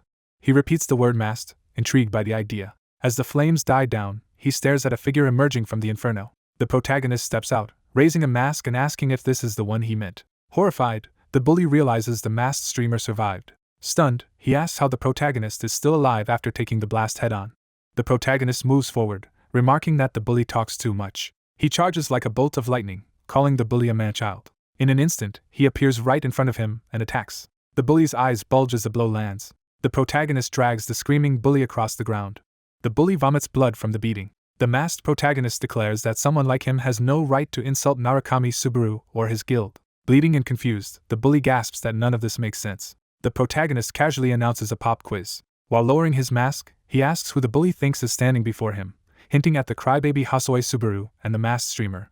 Removing the mask completely, he offers the final option, that he is actually Blue Eyes Narukami Subaru himself. The battered bully refuses to believe the reveal and repeats it incredulously. He scoffs that thunder is unimpressive if even trash like the protagonist can learn it. Igniting his hand again, he mocks the idea that such a weakling could defeat him. The protagonist counters that if someone once too weak to hit him can now use thunder, that would also make him stronger than the legendary Narukami Subaru. The bully goes berserk, diving in for another flaming attack while shouting. The protagonist easily slices through the oncoming attack, leaving a glowing slash in the ground. The bully suddenly realizes he has been cut. The protagonist says he is completely wrong in his assumptions. Terrified, the bully asks what he means. The protagonist echoes that earlier question about how much Hasoi suffered because of him. He also recalls how the bully would not stop talking. He reiterates that a childish man like this has no right to badmouth his former guild. The bully denies what he is realizing. He finally stammers that the protagonist is actually Blue Eyes Guild Master. The protagonist cuts straight through him in a finishing strike. He coldly states that playtime is over. Blood spatters the ground as they stand facing each other. The protagonist turns away, saying the beating should be more than enough repayment. He adds that this will serve as payment for borrowing his current friend's body. Later in a restaurant, co-workers gossip about a masked man sitting alone and streaming, assuming he is a Narukami fanba. They whisper that he looks embarrassing, yet he appears to be streaming seriously. The protagonist, now masked again, resolves to keep Narukami Subaru's identity hidden since anonymity gives him an advantage. As he waits, a woman approaches and apologizes for keeping him waiting. Nervous and blushing, she introduces herself as Wika. She explains that she is the manager who contacted him. They shake hands while she gushes that it is an honor to finally meet Narukami Subaru. Privately, she marvels that he looks exactly like the original Narukami. She imagines that if the real Narukami had survived and worn a mask, he would look just like this man. Flustered when he notices her staring, she panics and denies anything is wrong. She remembers her boss's warning to appear reliable to clients, and despairs that she already flubbed her introduction. Overwhelmed, she clutches her head in embarrassment, while he silently watches. He asks if she was a fan of the late Narukami Subaru, and she enthusiastically confirms she was a die-hard supporter. He reassures her that he is not actually the original Narukami and likely younger than her, while she insists she is also his fan. She excitedly recounts how she watched him from his zero-viewer days, cheering through all his early trials, which inspired her to be here as his manager. As she continues listing his achievements, he thinks in surprise that she remembers his streams more vividly than he does. He admits he was sloppy back then, and finds it surreal anyone watched all of it. She agrees it feels like destiny and says she begged her company to assign her as his manager. Regaining her composure, she switches to business mode and starts summarizing the detailed contract they prepared. She promises that their company will handle all branding work around the name Narukami Subaru, from commercials to merchandising. When he asks what he must do in return, she tells him to simply keep streaming as usual. She explains that he gets special treatment because he is the first streamer to learn Thunder, and because her company holds him in high regard. As she asks if the terms suit him, he instead asks whether all Azure Sky managers are as passionate as she is. Panicking, she insists everyone else is far more competent than her, and tries not to sound insecure. He observes internally that her aura feels stronger than a typical player's and wonders how someone so capable works only as a manager. He realizes that future opponents will be even stronger, and decides he must accelerate his growth. Wika frets that she looked unreliable and worries he will reject the contract, even considering forcing him to sign if necessary. He reaches out a hand, telling her he can already tell she is trustworthy. He formally says he looks forward to working with her. Nearly in tears, she shakily responds that she feels the same. Soon after, he goes live in full gear, his chat reacting excitedly to the sight of his mask. His viewer count instantly jumps to over 700. He notes in surprise that he started the stream with 700 viewers thanks to Wika's early promotion. A chibi image shows her happily posting his official streaming schedule online. On stream, he announces the start of Stage 6, titled Legend. Inside the stage, a rainy military camp is shown with knights standing watch. The perspective moves into a tent where figures are gathering. Inside, armored knights hold a strategy meeting around a table. Their blonde leader asks if their mysterious benefactor has awakened yet. Some knights doubt whether they can trust this outsider who supposedly soloed the Titan's boss. Others suggest maybe he was tricked, or only killed a weaker monster. The blonde knight angrily defends their savior, appalled by their doubts. Just then another knight announces that their benefactor has woken and brings in the masked protagonist. Concerned, the blonde knight asks if he feels well, while the protagonist insists he can walk on his own. Skeptical knights whisper that he does not look strong and complain that his mask is suspicious. The protagonist asks whether they truly doubt he killed the boss or simply refuse to accept it. In a remembered briefing with Wika, she explains a feature that changes his mic so only viewers hear him when he strikes a preset pose, useful in situations like this. Back in the tent, a knight calls him cocky while the chat encourages not to underestimate him. Their commander extends a hand, first thanking him. He introduces himself as Dale. The protagonist shakes his hand, saying they are meeting for the first time and that he was defending a village that was overwhelmed. Dale somberly confirms the village was crushed by a terrifying monster. He clarifies to the protagonist that there is someone even more dangerous than the Titan boss. Dale narrates that in ancient times true Titans fought gods. Those original Titans were eventually sealed away and disappeared. The ones they usually face now are merely lingering thoughts given form. However, the Titan that appeared after the boss resembled those legendary beings, a monster Dale thought could not exist anymore. The chat speculates nervously about the trial's difficulty while the knights panic. The protagonist coolly states that they simply need to kill that stronger Titan. The knights react to his boldness, worrying he does not yet understand the danger. One knight calls out to his superior with urgency. He then shares an old legend that atop Millennium Mountain lies a hidden thunder shard. He says he believes in that legend. Turning to the protagonist, he claims only the masked outsider can find that shard. A flashback shows villagers fleeing as Titans attack and the town burns.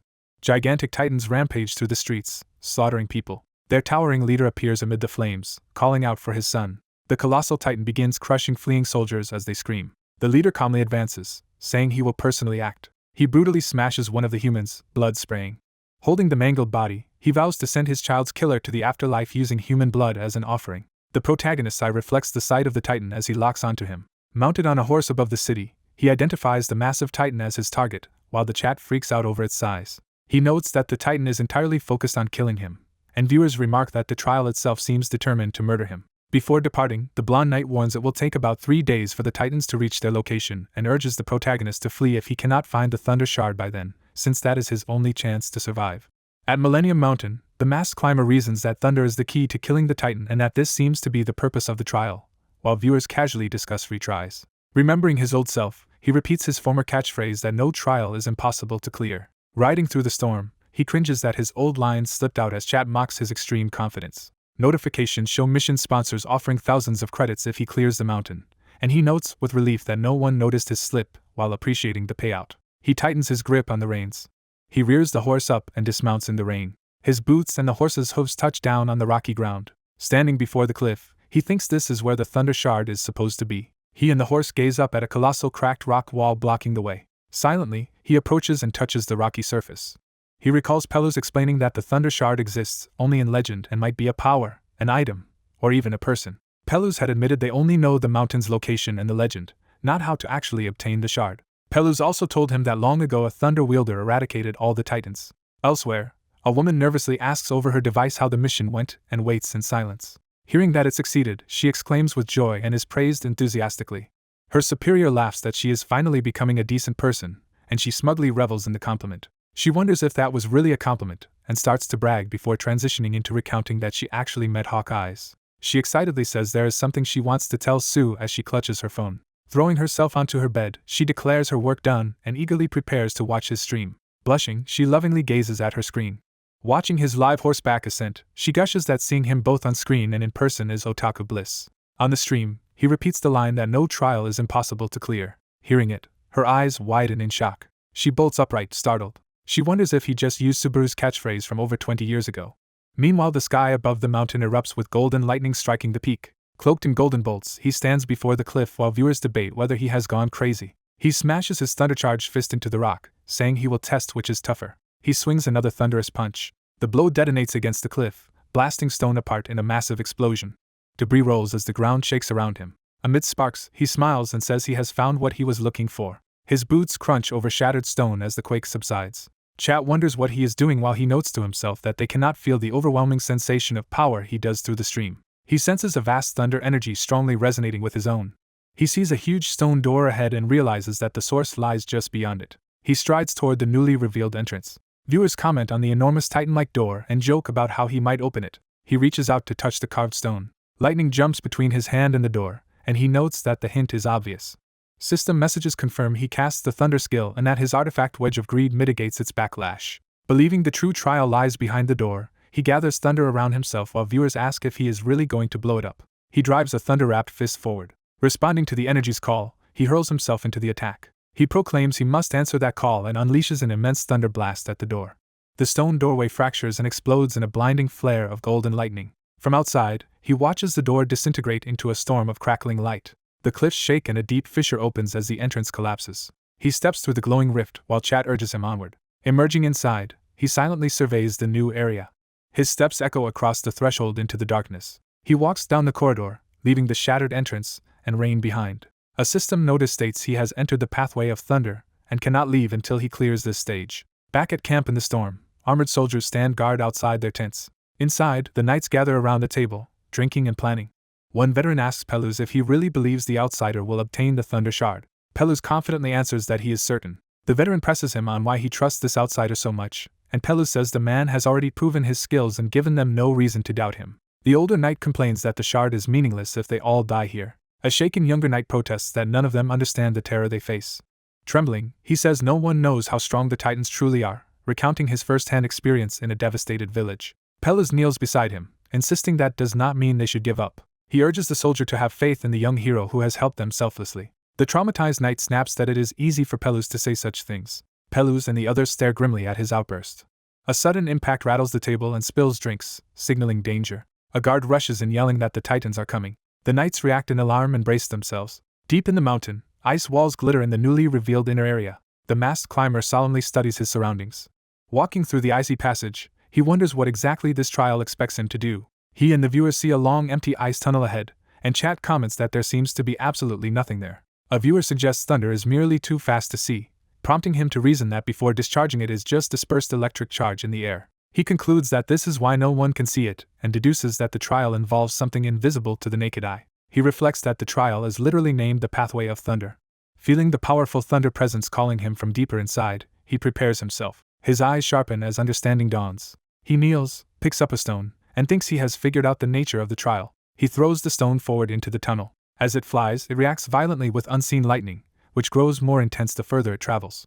The stone is shattered midair by swirling electric currents. A thunderous detonation erupts ahead, astonishing the viewers who cannot fathom the trial's mechanics. He confirms his hypothesis but complains that even if he is right, the setup forces him to push deeper regardless. He concludes the Pathway of Thunder is essentially a grueling endurance test. Panting and crackling with electricity, he remarks that failure probably means death, while a viewer lightly sends him credits and asks what he is afraid of. More missions and credits pour in from the audience, some urging him to stop lest he lose his new thunder skill, others incentivizing him to keep going. He politely thanks everyone for the missions. Elsewhere, a pot of stew boils over a hearth. In a cozy room, a long-haired man relaxes in a chair, watching something on his device. He frowns thoughtfully at what he is seeing. Startled, He nearly jumps out of his seat when someone suddenly appears. A woman walks in, causing him to hastily hide his device as she questions him. She teasingly asks why he is hiding the screen and accuses him of watching adult videos. Flustered, he denies it and claims his eyes are just tired, while she skeptically hums. She jokes that pervy people grow hair faster and he protests, insisting it is not like that. She says she stopped watching the stream because he told her not to and is now bored, prompting him to nervously ask why she is here. She retorts that his reaction is weird and wonders if he is saying she cannot lounge on the sofa, while he awkwardly backpedals. He explodes in exasperation, asking why she twists his words. Covering her ears from his shouting, she tells him to sit on the couch all he wants and not worry about her. He nervously mutes his device. She notes that he usually ignores her advice yet suddenly listens this time and calls him a weirdo, while he stays silent. Annoyed, she gets up to leave, and he worriedly asks where she is going. From the stairs she tells him he can stay longer, eat bread, and relax if he wants. She slams her bedroom door, leaving him in uneasy silence. Sighing with relief, he admits she almost caught him. Looking at the live feed of the climber entering the corridor, he thinks that if she knew he was watching she would cause a scene, and he dreads the fallout. He reflects that even if their roles were reversed, Subaru would never forget them. Watching the stream, he notes how the masked climber's personality and speech resembles Subaru's. As he hears the climber thank viewers for missions, he muses that the man's obsession with earning credits is the one thing unlike Subaru. He quietly wonders what is really happening. When someone puts a hand on his shoulder and confronts him, he is speechless, then is asked if he really thought his secret viewing would go unnoticed. The woman ominously tells him he is a century too early to be hiding things from her. Back in the pathway, a mission prompt orders the climber to forge the path of thunder. He steels himself, electricity coursing over his body. His thunder-wrapped steps pound across the ice. Lightning erupts around him as a progress meter shows only 2.3% completion. He studies the arcs on his arm as thunder continues burning through him. The feeling is familiar to him, as he has wielded thunder countless times. His eye glints intensely while power crackles nearby. The system shows his progress has increased slightly to 3.2%.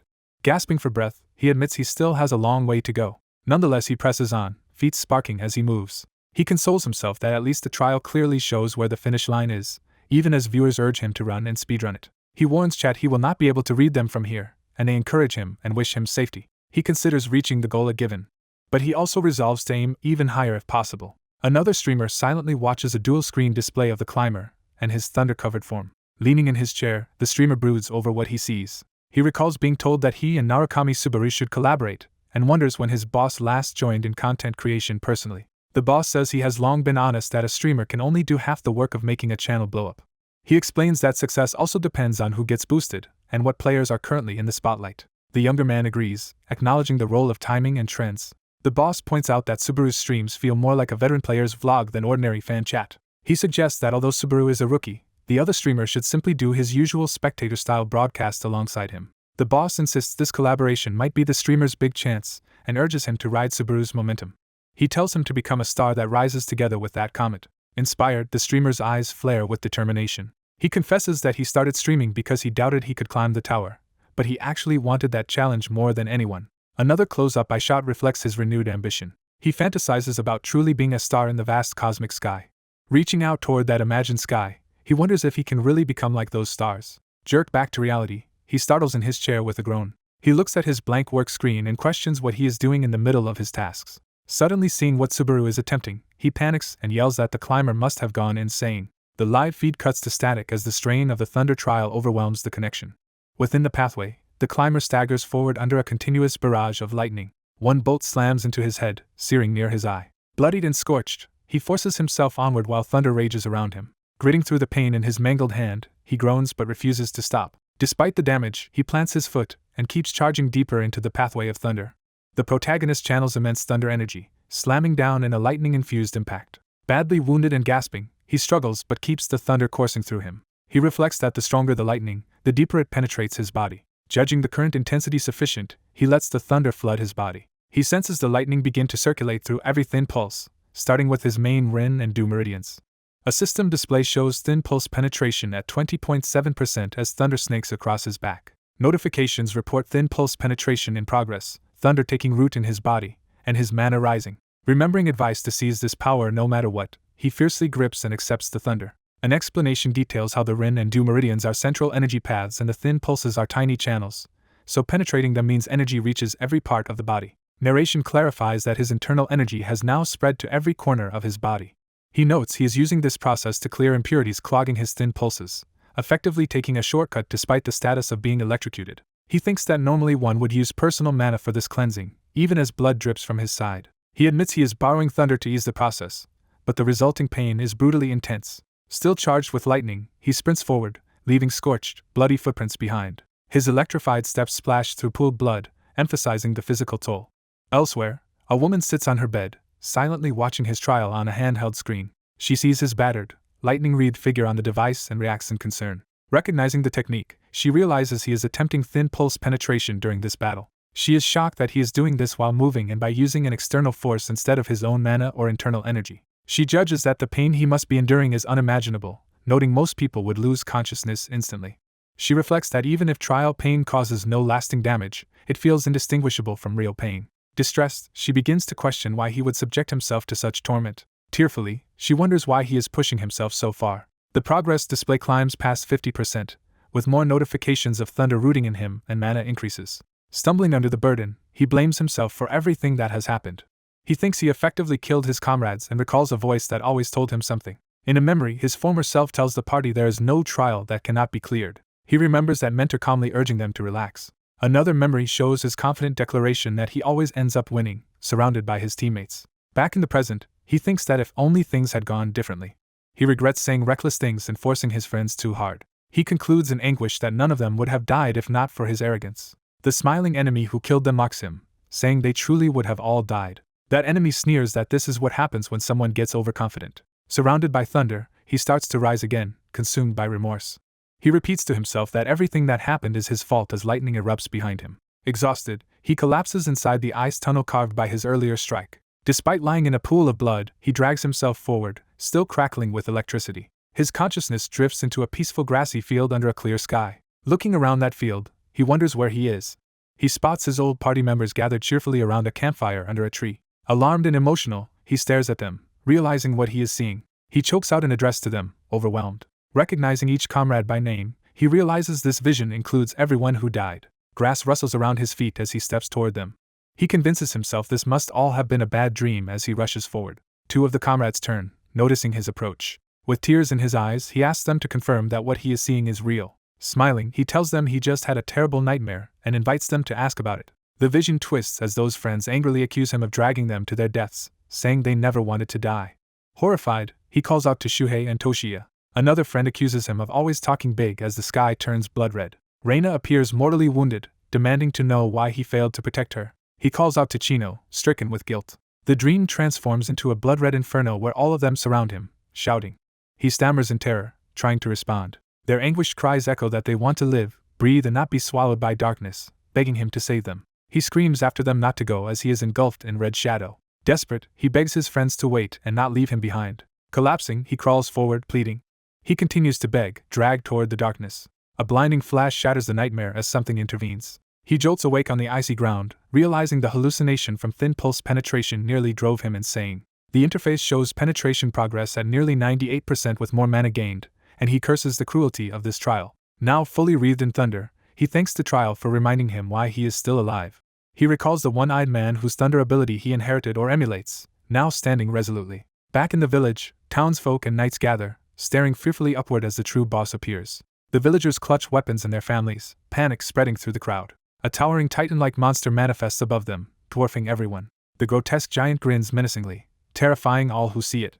Knights exclaim that this must be the real boss and note that the masked hero has vanished again. One confident knight insists their benefactor will surely return victorious. Another officer scolds doubters, reminding them they are already relying on an outsider and should not question him further. He angrily demands whether they have any shame calling themselves knights while doubting their savior. A senior knight puts a reassuring hand on his shoulder and agrees with his rebuke. That commander reminds everyone that their first duty is to protect the village rather than point fingers. He draws his sword, its blade glowing with power. Infusing his weapon with energy, he declares that knights are meant to protect, not be protected. He rallies the knights, vowing they will die as true knights if necessary, and charges forward. Inspired, the Knight Order charges the Titan together. Meanwhile, the system shows Subaru's trial progress has reached 99%. Subaru gathers even denser thunder around himself, preparing to finish. The lightning condenses into a radiant sphere of power. He concludes that this mysterious orb must be his trial's goal based on the progress display. An alert warns his fatigue is near maximum as he focuses on the orb. Even as his mask cracks, he continues forward through the lightning. He tells himself he needs only one more step while the system screams that his fatigue is critically dangerous. His electrified foot slams down, committing to that final step. Elsewhere, the Knight's armored steps echo as they rush in to confront the Titan. The commander accelerates with blue energy swirling around him.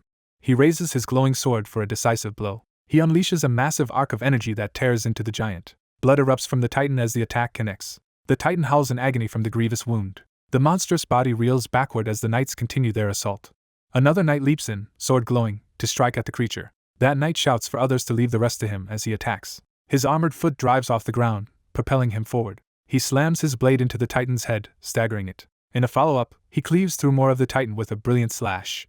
Gripping his sword, he readies yet another finishing blow. A massive wave of energy slices the Titan, splitting its upper body. The Titan growls, badly damaged but not yet dead. Its head explodes in a bloody spray as it finally begins to fall. The giant crashes down, rubble flying as the Knight lands safely.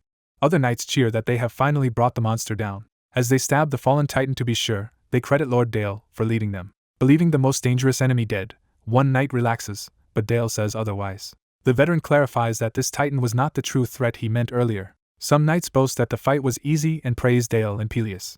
Another remarks that all that remains is cleaning up the remaining Titans. Suddenly a larger threat appears overhead, slamming down and devastating the area. Dale and another Knight look up in alarm, realizing this new enemy is the one he warned about.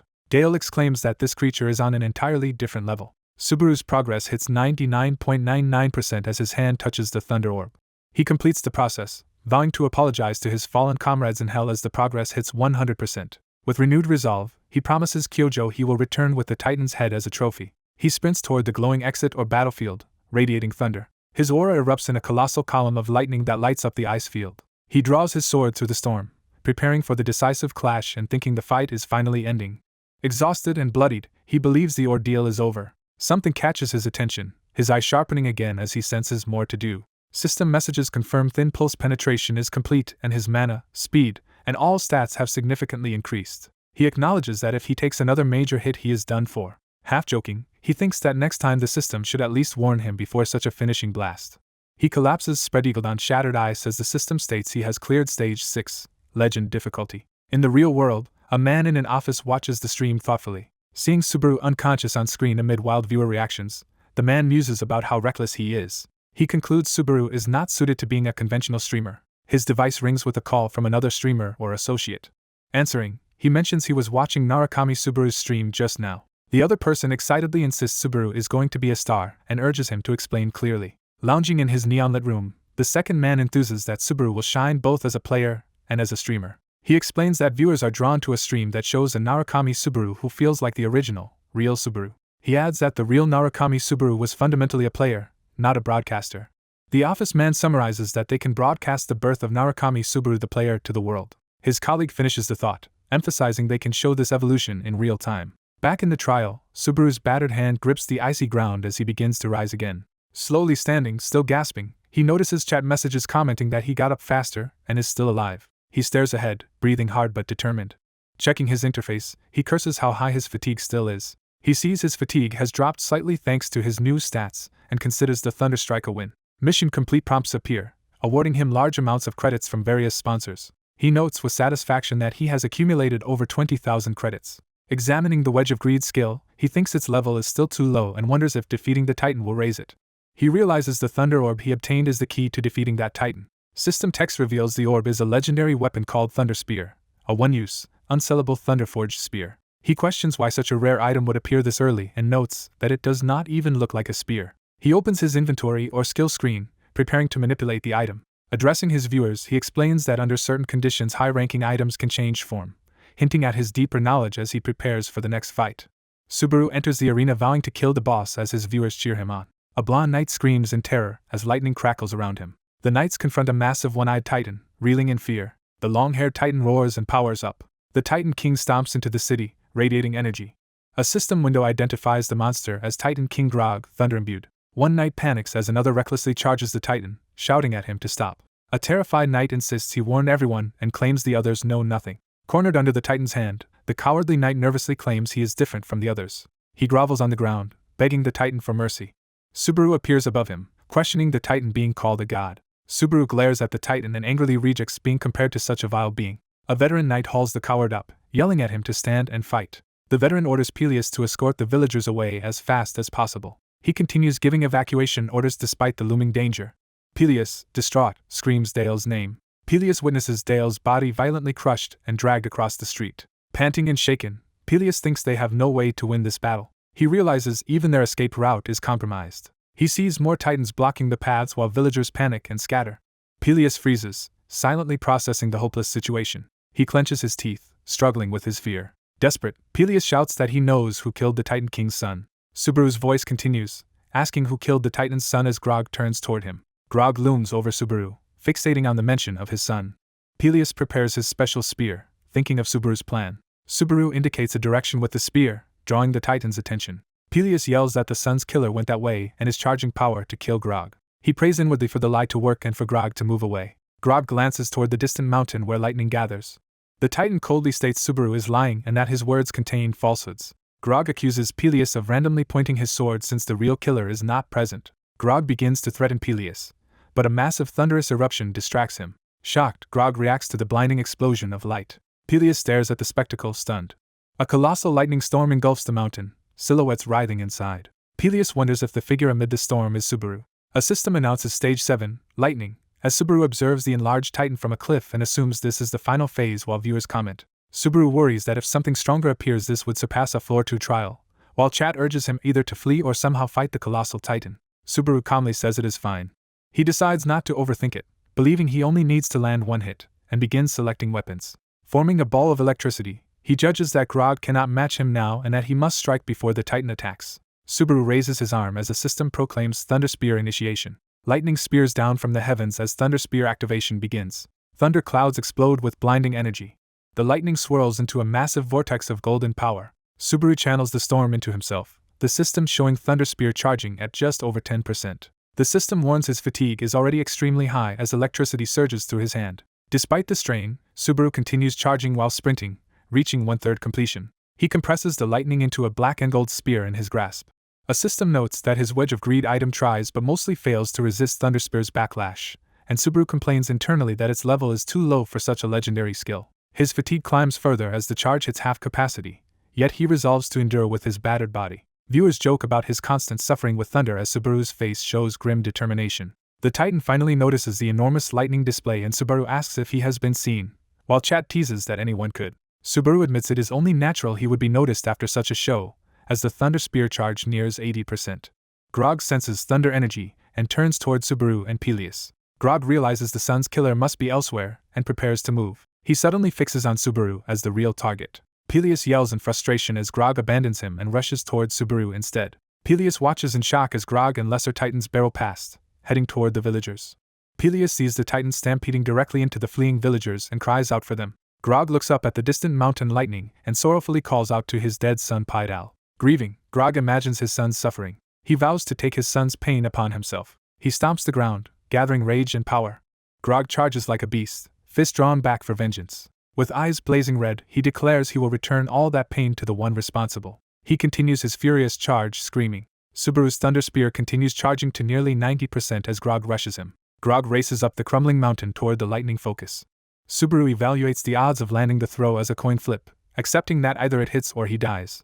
While commenters doubt anyone could aim at such speed, he recalls advice not to take his eyes off the target. A memory resurfaces of his spear mentor warning never to look away from his target. The mentor then emphasizes maintaining focus once the throw begins. The mentor instructs Subaru to forget about straight lines or arcs and to stop overthinking predictions.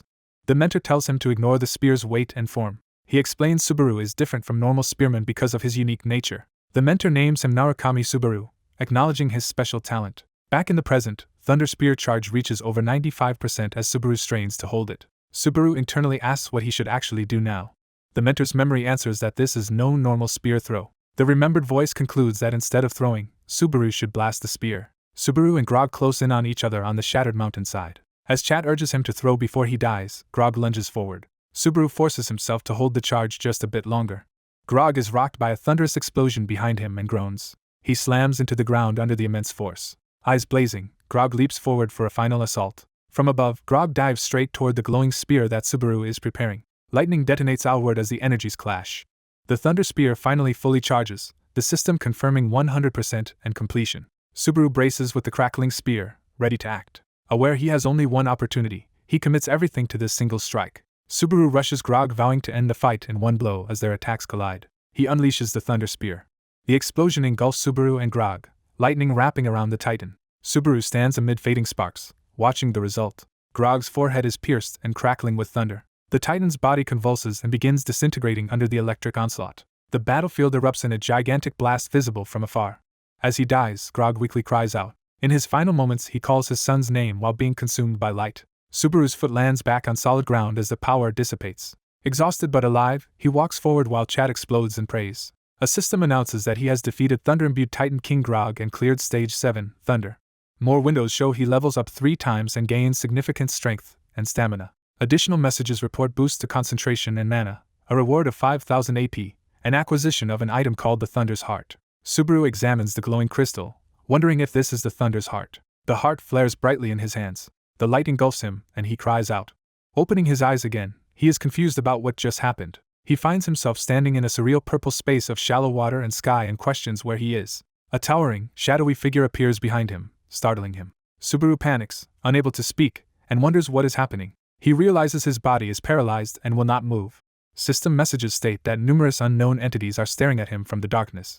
More messages repeat that these mysterious beings are observing him intensely. Subaru, shaken, wonders if they are trying to communicate something to him. He squeezes the Thunder's Heart tightly in his fist. Bright light and rainbow-colored skies burst outward as the vision ends. Subaru awakens back on the cliff edge above the clouds. A system declares the start of the main scenario Thunder, and instructs him to investigate the village with the Thunder's Heart, while viewers mock him for fainting again. Sitting up under a rainbow sky, Subaru realizes the strange vision was not just a cutscene. He apologizes to his audience for briefly blacking out as chat jokes about his constant fainting. Remembering, he says he still needs to claim his streaming credits. Various mission completion notifications pour in, revealing he has earned over 40,000 credits in total. Tired, Subaru tells viewers he will save showing off the Thunder's Heart for another stream, despite their protests. A notice appears that Narukami Subaru has ended the live stream. Later, in a cafe, staff congratulate him on his performance in the trial. Subaru awkwardly asks if the way the stream went was acceptable, and the manager assures him it was. She happily informs him that his peak viewership exceeded 3,000, which surprises him. Embarrassed, Subaru says he was too focused on the trial to notice, while the manager secretly marvels that his mask can come off. She explains that such numbers are amazing for a beginner, and that even his sudden stream ending helped build hype. Subaru likens it to leaving viewers eager for the next drama episode, and she suspects he planned the cliffhanger deliberately. He claims he intends to reveal rewards together with viewers next time, so his reactions remain genuine, which impresses her. She thinks to herself that he understands streaming more than they feared and that the boss's worries were unfounded. She then says she has a special present for him today, prompting his curiosity. Leaning closer, she hints the gift is something unusual. Smiling confidently, she says it is something he will be unable to refuse. She tells him to look up another popular streamer known as Hawkeyes. Subaru agrees and opens a device to search. On his screen, Hawkeyes begins a broadcast, announcing today's topic and theme. Hawkeyes addresses his own viewers, teasing that Narukami might not be the original and promising to explain after they watch something together. Time passes as Subaru quietly watches from the cafe. Hawkeyes explains to his audience that during Subaru's pain endurance trial he was essentially undertaking a second personal challenge at the same time. Hearing this breakdown, the manager blushes and falls silent, impressed. Hawkeyes apologizes for rambling and prepares to summarize his point succinctly. He concludes that Subaru is so similar to him that he might as well be Narukami Subaru. Hawkeyes then declares that nothing more needs to be said. Subaru wonders aloud if the manager shares that opinion as they continue watching the commentary. Wika excitedly asks Narukami if she can pose a strange question, and he tells her to go ahead. Blushing, Wika says it might be odd or rude for a manager to ask what she is about to. She nervously steels herself, swallowing as she prepares to speak. She finally asks Narukami why he streams. She presses further, wondering if he does it for reasons other than money. Narukami pauses, arms crossed, thinking over his reply. Wika watches him anxiously, waiting for his answer. He bluntly states that he really does stream purely for money and nothing else. Wika is taken aback and flustered by his direct answer. Regaining composure, she apologizes for asking something weird and acknowledges that money is important, while he reassures her it is fine. She hurriedly changes the topic, suggesting they talk about the present he just received. Wika explains that the streamer Hawkeyes they watched belongs to Azure Sky, has been under contract for 6 years, and is a reliable commentator with a loyal audience. She enthusiastically adds that in Hawkeye's last and future streams using Narukami's content, all revenue will be shared with Narukami. When Narukami asks who the revenue is split with, she clarifies it will be shared with him because the content is based on his gameplay, including all income sources. Surprised, Narukami confirms this arrangement, while Wika says the agency has brought her nothing but good news since she joined. Wika bashfully checks that this really is like a bonus for him, and he agrees it is essentially a surprise reward. She then nervously proposes that Narukami do a small collaboration stream with Hawkeye's as a gesture of thanks. Later, Narukami returns alone to his room as evening light streams in. Removing his mask, he thinks he might not have needed to wear it when meeting Wika. He regrets playing up the persona of doing everything only for money as strongly as he did. Looking at his unmasked reflection, he reflects that the more new connections he makes, he realizes the less certain he is about what parts of himself he should be hiding. He refocuses, noting via system message that he has just spent 40,000 credits leveling his Wedge of Greed skill to level 3. The system details Wedge of Greed as a C-rank skill at level 4 that reduces item and skill side effects but now requires 80,000 credits to enhance further, which he compares against his remaining funds. Seeing that he only has 120 credits left, he admits to himself that money truly is his top priority. Lying in bed, he consoles himself that a collaboration with Hawkeye's in 2 days should bring in a decent sum. Activating a menu with his hand, he addresses his viewers. Holding a crystalline feathered artifact, he warns his audience that they might hear news about him before he can explain it. Elsewhere, Wika lies in bed clutching a pillow, overwhelmed by her thoughts of him. Hugging the pillow tighter, she wordlessly broods, face flushed. In her imagination, Narukami repeats that he streams purely for the money, appearing to her in a romanticized aura. She slams her fist into the pillow, demanding reassurance that his motivations are really that simple. Still fantasizing, she imagines him warning that behind his cool mask lies a dangerous secret that could hurt her if she pries. Determined yet flustered, she vows aloud not to ask about his secret even though she is extremely curious. Her fantasy continues with Narukami sweetly saying that since meeting her, his life has been going great. She squeals in delight in her mind, shouting that she feels the same. In reality, she pummels the pillow until feathers burst out, venting her overflowing feelings. Panting amid the feathers, she rapturously labels Narukami Subaru a mysterious man with an unknown secret who is even more charming in person. The scene shifts to the nighttime Gothic city of Noxbella on floor 7. The camera focuses on one lit window of the grand cathedral-like structure there. Inside a lavish room-turned-gym, a muscular man works out while a large screen plays Hawkeye's stream. On screen, Hawkeye says he will get straight to the point and sum his thoughts up briefly. The exercising man tightens his grip on the bar, clearly irritated. He mutters that he dislikes Hawkeye's doing pull UPS. He complains that the streamer's way of talking annoys him and wonders who Hawkeye's even is. A suited man explains that Hawkeye's is a streamer averaging 8,000 viewers. The muscular man, introduced as Kuriko Amon of Blue Zone, remarks that he used to dabble in streaming himself. The suited man tells Amon to ignore Hawkeye's and instead focus on Narukami Subaru, whom Hawkeye's mentioned on stream. Seeing footage of Narukami's thunder attacks on a Titan, Amon begrudgingly admits the performance looks impressive. He recalls advice from Spear Master Seiko Shuhai that success with throwing spears is all about keeping your eyes fixed on the target. The aide is surprised Amon remembers such minor lines, and Amon says he tried to absorb every habit and detail from top-ranked players. He notes that players like those were at the true top of the game. Amon adds that people forget all members of the former Blue Eyes Guild, not just Narukami Subaru, were at the pinnacle. He says the way the entire guild supposedly died does not make sense to him. On screen, Hawkeyes confidently declares that Narukami Subaru might as well be that legendary player, needing no further proof. Amon grumbles that Hawkeyes acts arrogant, and casually name-drops Subaru like they are close, criticizing streamers for sacrificing pride for content. Annoyed, he turns off the TV. He complains that the whole thing just irritated him, while the aide says showing it was the guildmaster's idea, not his. Hearing that guildmaster Kyojo ordered it shown, Amon is taken aback. The aide points out that lightning was Blue Eyes' symbol, and that Blue Eyes was the predecessor guild of Blue Zone. He continues that their intel says this streamer they are watching cares obsessively about money. The attendant pulls back a cloth cover to reveal something intended to appeal to that greed. Amon's eye widens in shock as he sees what is under the cloth. The revealed trove of gold bars comes with orders. The budget has been secured and they are to recruit the streamer no matter what. Amon exclaims in disbelief. He wonders if Narukami is truly that much of a money-driven person. Back in the tower, a system message announces the start of the Floor 2 trial in a ruined village under attack. A knight leader quickly organizes the defense, ordering that the injured be gathered, the critical treated first, and medicine distributed afterward. The blonde knight Pelus looks worried yet determined amid the chaos. Noticing movement, Pelus brightens in recognition. Narukami walks into the village awake again, and Pelus rushes to him, overjoyed that he has finally regained consciousness. Pelus asks how Narukami feels, explaining that he collapsed outside the village and they had been very worried. Narukami says he is still somewhat dizzy, and Pelus notes it makes sense since only a day has passed. Narukami asks to talk later at the inn because he has questions, and Pelus happily agrees to answer anything. As Pelus leaves to continue helping, he tells Narukami he will see him again soon. Watching him go, Narukami quietly remarks to chat that Pelus is extremely earnest while viewers tease him about the obvious bromance. Later, Narukami sits on his in bed, lost in thought. He decides to check the rewards from the Titan fight and opens his inventory interface. He discovers a unique item called the Thunder's Heart that boosts thunder resistance and thunder attack power while improving fire resistance. Disbelieving, he reacts on stream as chat asks whether he is disappointed or excited.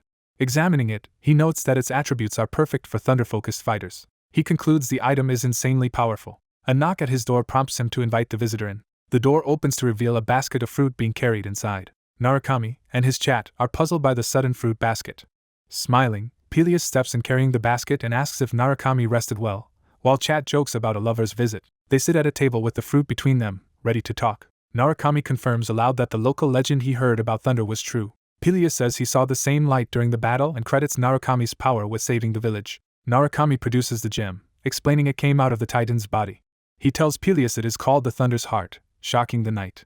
Narukami asks if Pelus knows what it is as thunder crackles around the gem. Pelus admits he personally has no clear knowledge. Narukami realizes Pelus is only pretending ignorance, and that chat recognizes this trope as well. Pelus apologizes, saying he has only heard of the Thunder's Heart in ancient legends, and is unsure how real they are, so Narukami asks him to share whatever he knows. Pelus says he knows of 2 legends concerning it. The first legend claims thunder was once used to exterminate the Titans. Pelus notes this mirrors how Narukami slew the Titans with thunder, and begins to explain the second story. The second legend describes a war between gods and Titans over control of thunder. Narukami, startled, confirms Pelus means actual fighting, and Pelus answers yes.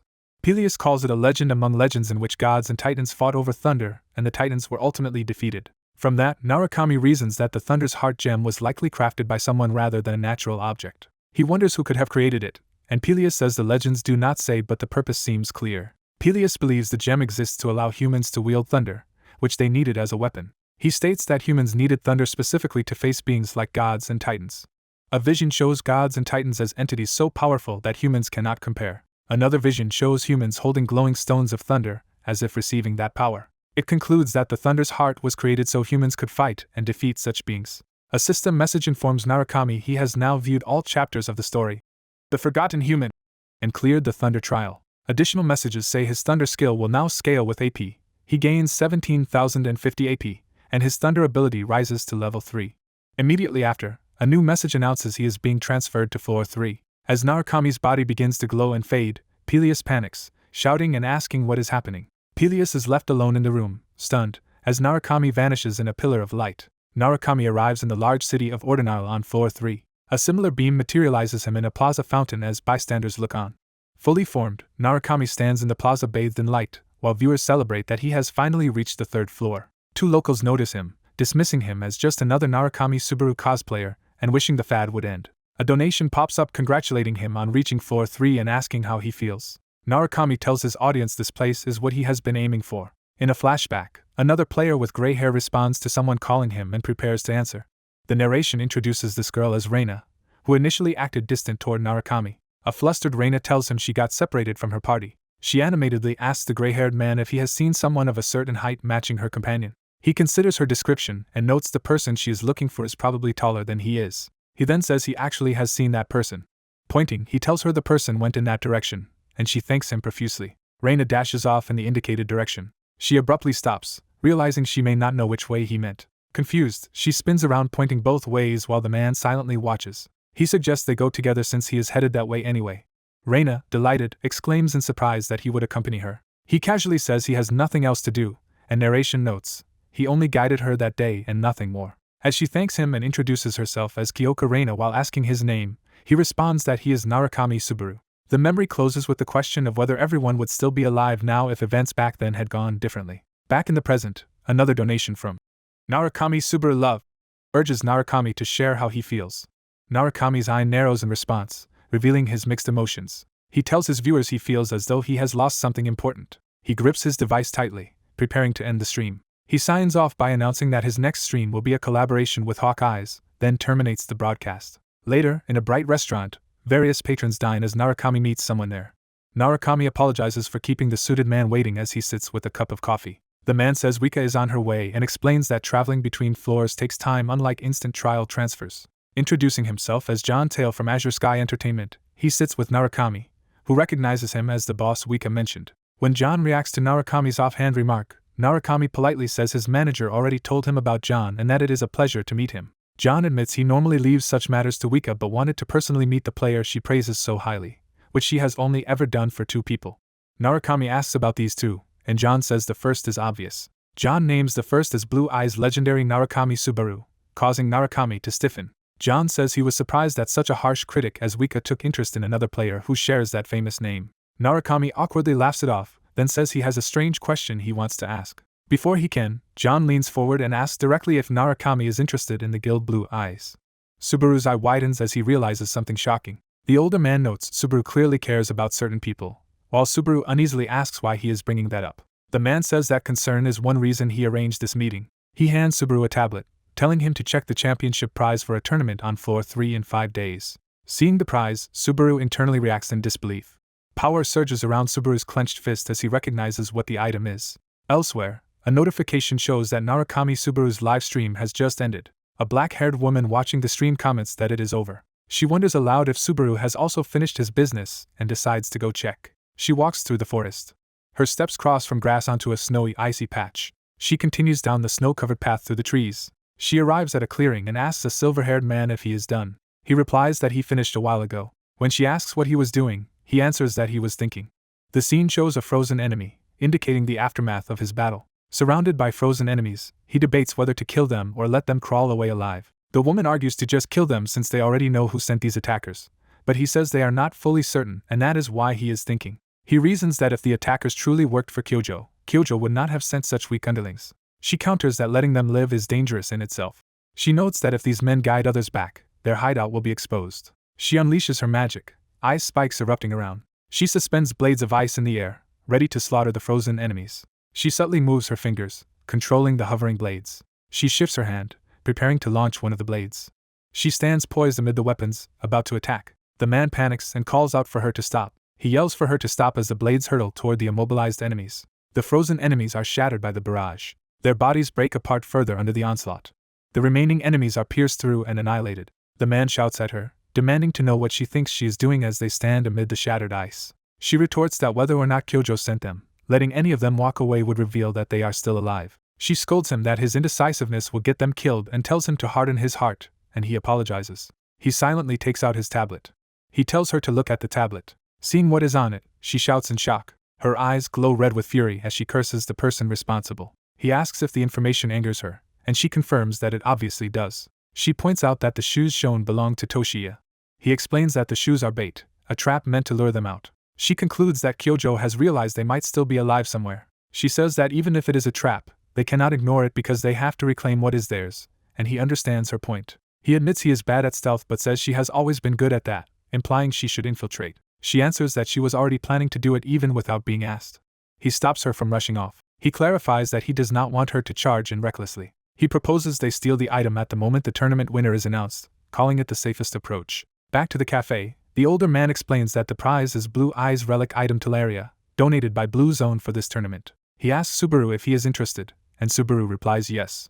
Subaru, filled with red-tinged rage, says he is very interested. The man is pleased and admits the entire project hinged on Subaru's willingness. When Subaru asks about this project, the man explains they planned a storyline about Narukami Subaru hunting Blue Eye's relics to make a compelling attraction. Enraged, Subaru thinks how dare they. He rages internally that they are using Toshiya's relic as a mere circus prop, his fist crackling with power. The man, sensing something is off, nervously asks if something is wrong and offers to reconsider. Subaru, suppressing his anger, states that he will participate. The man is delighted that Subaru accepted. Subaru then ends the meeting and excuses himself, while the man politely says they look forward to working with him. As Subaru leaves, the man cheerfully calls that they will be cheering for him from behind the screen. Subaru vows internally that he will never hand Toshiya's relic over, not even over his dead body. Later in his room, Subaru lies on the bed, mulling over the coming days. He wonders what kind of events the tournament will include. He hopes the events are individual rather than team-based. He concedes that he cannot afford to be picky about the format now. A female voice at his door introduces herself as Wika, catching his attention. He sits up to respond. He gets out of bed and moves toward the door, his mask resting on the table. His eye narrows thoughtfully. He opens the door to find Wika dressed up and holding a bag.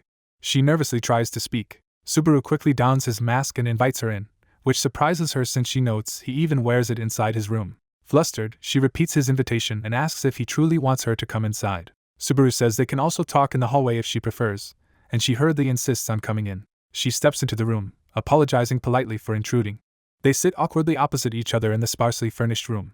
Wika steals a nervous glance at him. She thinks his room is surprisingly plain. She sits clutching her bag while Subaru waits quietly. Subaru studies her with his mask on and confirms in his thoughts that her mana reserves seem limitless.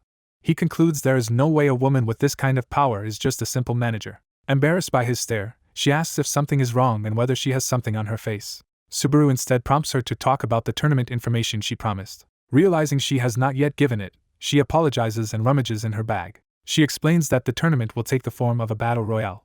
She details that everyone will fight over one prize in a simple winner-takes-all format. Subaru is shown recalling a brutal past battle royale filled with bloodshed. He confirms that means it is a solo match, and she replies that yes, with only one prize it has to be. She continues that the battlefield is a simulated trial field, that only floor 3 players can enter, and that there is an entry fee with no cap on participants. She offers to send him data and footage from previous battle royale events so he can understand the format. Subaru looks at the files she sent and realizes they are all highlight videos about Narukami Subaru himself. He thanks her, saying the material will help, and she insists she is only doing her job. Wika then nervously asks whether the chief also told him something else. She reveals that Blue Zone contacted their office wanting to meet with him directly. Subaru envisions Kyojo Itsuki of Blue Zone in his mind. Anger flares as Subaru repeats Kyojo Itsuki's name, stunned that the message came from Blue Zone. Wika explains that since they had no way to reach Subaru himself, Blue Zone emailed the office saying they wish to meet him in person, and Subaru thinks Kyojo is already making his move. She assumes Blue Zone wants to negotiate better terms and advises Subaru to ignore their offer. When Subaru agrees to ignore them, she is shocked that he would brush off such a big guild. Subaru states firmly that he will not join Blue Zone or any other guild. Wika bursts into loud relief and joy, thrilled by his answer. She says she was torn about whether to tell him about the offer but is glad she did. Cheerfully humming, she tells him to take his time preparing until the collaboration stream with Hawk Eyes begins. After she leaves, Subaru notes to himself that she is celebrating as if she personally won something. Removing his mask, he muses that for an ordinary employee, she is impressively dedicated to her work. He concludes she is definitely not just an average person, while outside she quietly cheers to herself. Time passes, and at a huge arena the staff prepare the venue.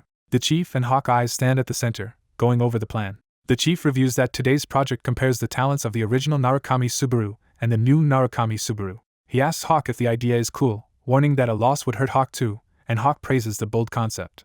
Hawk confidently says to bring it on, claiming that whatever the results they will accept them because that is how they gain viewers' trust. With a close-up of his eye, Hawk boasts that he has never lost a battle. The chief reminds him that everything ultimately depends on how Narukami performs, and Hawk sheepishly agrees. Someone calls out to the chief as Subaru and Wika arrive at the arena. Wika greets them and Subaru, and the chief welcomes them back. Hawk thinks to himself that this collab is his chance to finally become a shining star. Subaru, on entering the arena, thinks about how huge the rented place is. Hawk walks up and introduces himself as Hawk's Eyes, a friendly streamer. Subaru introduces himself as Narukami Subaru, and Hawk excitedly gushes like a fan about meeting the trending star while downplaying his own status. The chief cuts in, saying to save the bonding for the live broadcast as Hawk starts the live stream. Hawk greets his viewers live and thanks them for tuning in. As viewership skyrockets into the thousands, Hawk notes how the collab announcement has blown up and is amazed by the starting numbers. On stream, Hawk tells viewers that today is the big moment everyone has been waiting for as he presents Subaru. Subaru's boots, now upgraded, are shown as he steps into frame. Hawk dramatically introduces Narukami Subaru to the stream audience, and Subaru gives a polite greeting. Hawk tells viewers he has never seen Subaru's real face and teases Subaru about hiding something, prompting chat speculation. Subaru laughs it off, insisting it is not like that and bragging a little that he is actually pretty good looking. As donations flood in and chat hypes up, Hawk thinks his stream has never been this explosive, while Subaru quietly vows that he will not lose, even in looks. Hawk reflects that Subaru not only fights well but also knows how to play to the crowd. The chief and Wika watch anxiously as the banter continues. Hawk tells chat to stop teasing his important guest and announces they are moving on to the main event. A huge display lights up, announcing the commencement of the trial. Spotlights blaze on overhead. The camera focuses on rows of combat robots being deployed. Hawk explains that he chose this particular trial and will now explain why. He says there are reasons for his choice as the armed robots activate. First, he notes that the scenario is perfect for measuring combat control, as the robots surround the arena with weapons ready. Second, he begins to say, grinning. He explains that today he can prove his claim that he deserves to be ranked among the top players listed on the screen. As donations question whether Subaru can beat the existing record, Subaru says he would not have agreed if he did not believe he could. The robots line up, ready to fight. Their eyes glow red as they switch to attack mode. Subaru surges forward into the crowd of robots, unleashing a powerful assault. Viewers comment on his intense confidence and wonder if he can really break the record in one attempt as the robots brace themselves. More viewers express excitement as the scoreboard showing Narukami Subaru's record looms above him. A viewer offers a challenge mission. If Subaru kills more than 43 robots in one run, he will earn a large credit reward, but must show his face if he fails. Subaru thinks it is far too early to risk revealing his face. Despite that, he thanks everyone for the donations and promises to show his face if he fails the mission. Chat points out it is unfair that only Subaru bears the penalty while the reward is shared, making Hawk reconsider. Hawk announces that for this mission, all credits will go solely to Narukami. Holding a timer, Hawk grins and declares that it is time to begin the challenge. Hawk Eyes announces the start and presses a button on his device. The arena screen sets a 3-minute timer and 0 kills. Subaru strides into a swarm of armed training dummies as they rush him. Subaru triggers his thunder ability, electricity surging around him. Empowered by thunder, he rockets toward the robots, tearing through them. He slams an electrified palm into a robot's head. The impact destroys a dummy, and the counter updates to 1 kill. Viewers spam chat in disbelief as Hawk Eyes gushes about watching thunder live. Subaru draws his ominous demon blade. Supercharged with lightning, he blitzes through more dummies as the timer drops to 2 minutes 39 seconds. Chat comments on his insane speed and potential for a huge kill count as stronger dummies deploy. Surrounded again, Subaru carves apart another wave with his blade. With 2 minutes 3 seconds left, he keeps shattering dummies in close combat. As he fights airily, Chat jokes that he is recreating an iconic scene and praise his airborne style. Subaru flips overhead, preparing another sword strike on incoming dummies. He adjusts his grip, readying a powerful swing. Thunder flares around the demon blade as he raises it high. Subaru smashes the sword down, sending a shockwave through the arena. The explosion of lightning obliterates many dummies at once, raising his total to 26 kills with 1 minute 22 seconds left. Viewers react in awe as debris and robot parts rain down. Spectators on the floor predict he might take second place or even more as he continues fighting. Another comment laughs that everyone who set this mission underestimated him, while Hawk Eyes watches the devastation. Hawk Eyes stares wide-eyed, moved by seeing Thunder's true power. The main display now shows only 13 seconds left and 41 kills. Subaru keeps cutting down dummies in a blur of yellow lightning. An elite dummy is cleaved as the display jumps to 42 kills at 1 minute 22 seconds remaining in that segment. Exhausted but still fighting, Subaru faces more dummies with only 5 seconds left. Close-up of his focused eyes as the timer hits 3 seconds. A stronger, sword-wielding dummy advances on him while others close in. Subaru explodes forward in a lightning charge dash with 2 seconds on the clock. With 1 second remaining, he leaps and bisects the elite dummy. The arena screen freezes at 1 second left and 42 kills. It then ticks to 0 with his final kill raising the total to 43. A system message declares the trial over with 43 kills and records the new result. The ranking board announces Narukami Subaru in first place, and chat erupts as he pants on stream. Hawk Eyes rushes in shouting that Subaru got 43 kills and tied the original Narukami Subaru's record. Hawk Eyes proclaims the match a draw and asks viewers how they liked it while chat praises the fight. Stream notifications show large credit gifts and messages praising the run and Hawk Eyes hype.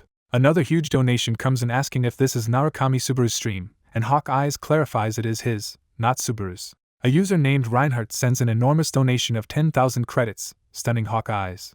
Hawk Eyes and chat realize the donor is actually the famous one-swordsman Reinhardt. Hawk Eyes thanks Reinhardt and marvels that a high-ranking player is watching, while Subaru notes the swordsman's title. A visual of Reinhardt on a throne with swords at his feet emphasizes his fearsome reputation. Reinhardt sends another message saying Subaru's run inspired him and that he always watches Hawk Eyes streams. Subaru internally worries Reinhardt might have learned about what he did to Isaac and wonders why the man is watching. Reinhardt donates again, asking Narukami Subaru to collaborate with him, which shocks Subaru. Subaru hesitates verbally while Hawk Eyes holds out the interface, and their handlers watch anxiously. Their two managers nervously perform a heart gesture, silently begging Subaru to agree. Subaru flatly declines the collab, saying he must focus on the trials, leaving Hawk Eyes horrified. The managers and chat react with utter shock at his refusal. Subaru apologizes, saying he spent too much energy, and asks Hawk Eyes to finish the stream, confusing him. Subaru walks off while Hawk Eyes panics and calls after him. The managers scold Subaru for turning down such a big chance to boost his streaming career, admitting they are stunned too. Subaru naively asks if the opportunity is really that important, and the male manager explains collaborating with a high ranker almost never happens. Subaru shrugs that if being a ranker matters so much, he will just become one himself. The managers stare at him, overwhelmed by his confidence and ambition. Hawk Eyes runs up praising Subaru's performance, and promises to send him his share of the stream revenue. Hawk Eyes then nervously asks a personal question now that the stream is over. He says Subaru felt strangely off during the fight, as if not in top condition, and asks if he is injured. Subaru realizes Hawk Eyes noticed his hidden limitation as the female manager listens tensely. Subaru thinks that Hawkeye's truly lives up to his nickname, and that winning or losing the trial outright would have hurt him strategically. Hawkeye asks what he means, and Subaru explains that the audience's interest lies in whether he can surpass Narukami Subaru. Subaru reflects that even if he had won today, the hype around that rivalry would quickly fade. He adds that if he had clearly lost, people would just say he was no match for the real Narukami Subaru. Subaru concludes that he engineered a result where both versions of Narukami Subaru stand on equal footing. He states that a draw was therefore the only optimal outcome. The others realize he could likely have surpassed the record if he had wanted to. Subaru evasively answers that no one can know for sure and deflects the question. The manager notes the result is fixed now regardless, implying speculation is pointless. Subaru says what matters is how people interpret the outcome, not the numbers themselves. He then leaves the arena floor, walking away from the managers and wrecked dummies. Elsewhere, a fist clenches in rage. In a guild hall, Reinhardt smashes the floor in anger at the situation. Enraged Reinhardt, identified as the rank 121 Golden Lion Guild Master, calls Subaru an insolent brat. The device on the floor shows Hawkeye's has ended the live broadcast. A nervous subordinate enters Reinhardt's hall and addresses him. The man anxiously asks if something is wrong. Reinhardt, seething, confirms that the Narukami Subaru the subordinate once mentioned is the one from the stream. He complains that Subaru rejected his offer, furious that an upstart turned him down. The subordinate flatters Reinhardt, and notes how bold it was to refuse him, while Reinhardt mutters he had planned to crush Subaru publicly to silence rumors. Reinhardt says he does not care about the credits spent but that a rookie daring to wound his pride enrages him. The subordinate hastily picks up Reinhardt's device. He nervously returns the gadget to Reinhardt. Reinhardt snatches it while brusquely asking about a separate matter he had assigned. The subordinate reports they are still searching hard for Sir Isaac. He starts to say that a young man disappearing for a few days is not unusual. Reinhardt grabs him by the throat with burning red energy. The subordinate gasps and chokes as Reinhardt lifts him. Reinhardt demands to know if the man is mocking him as well. Terrified, the subordinate tries to apologize mid-sentence. Reinhardt casually tosses him across the room. The impact smashes the subordinate into the wall with explosive force. The battered man slides down the cracked wall as Reinhardt approaches. Reinhardt looms over him, asking since when he started questioning orders. The subordinate grovels on the ground, begging for forgiveness and promising to resume the search immediately. Elsewhere, Hawkeye receives a call from his nagging boss. A woman in a red coat, his manager, checks the caller ID with a resigned look. She answers cheerfully, greeting her chief, who yells that she sounds bored by his calls.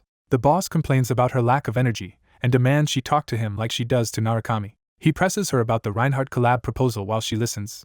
She reluctantly admits she did call about that proposal and knows they cannot waste such a rare chance. She wonders aloud what they can realistically do, while the boss urges her as Subaru's manager to convince him again. She repeats Subaru's name, focusing on the issue. The boss explains Subaru cares more about climbing the tower than collabs, and though he grumbles, he admits that mindset suits a player. She curtly says she is hanging up as he tries to protest.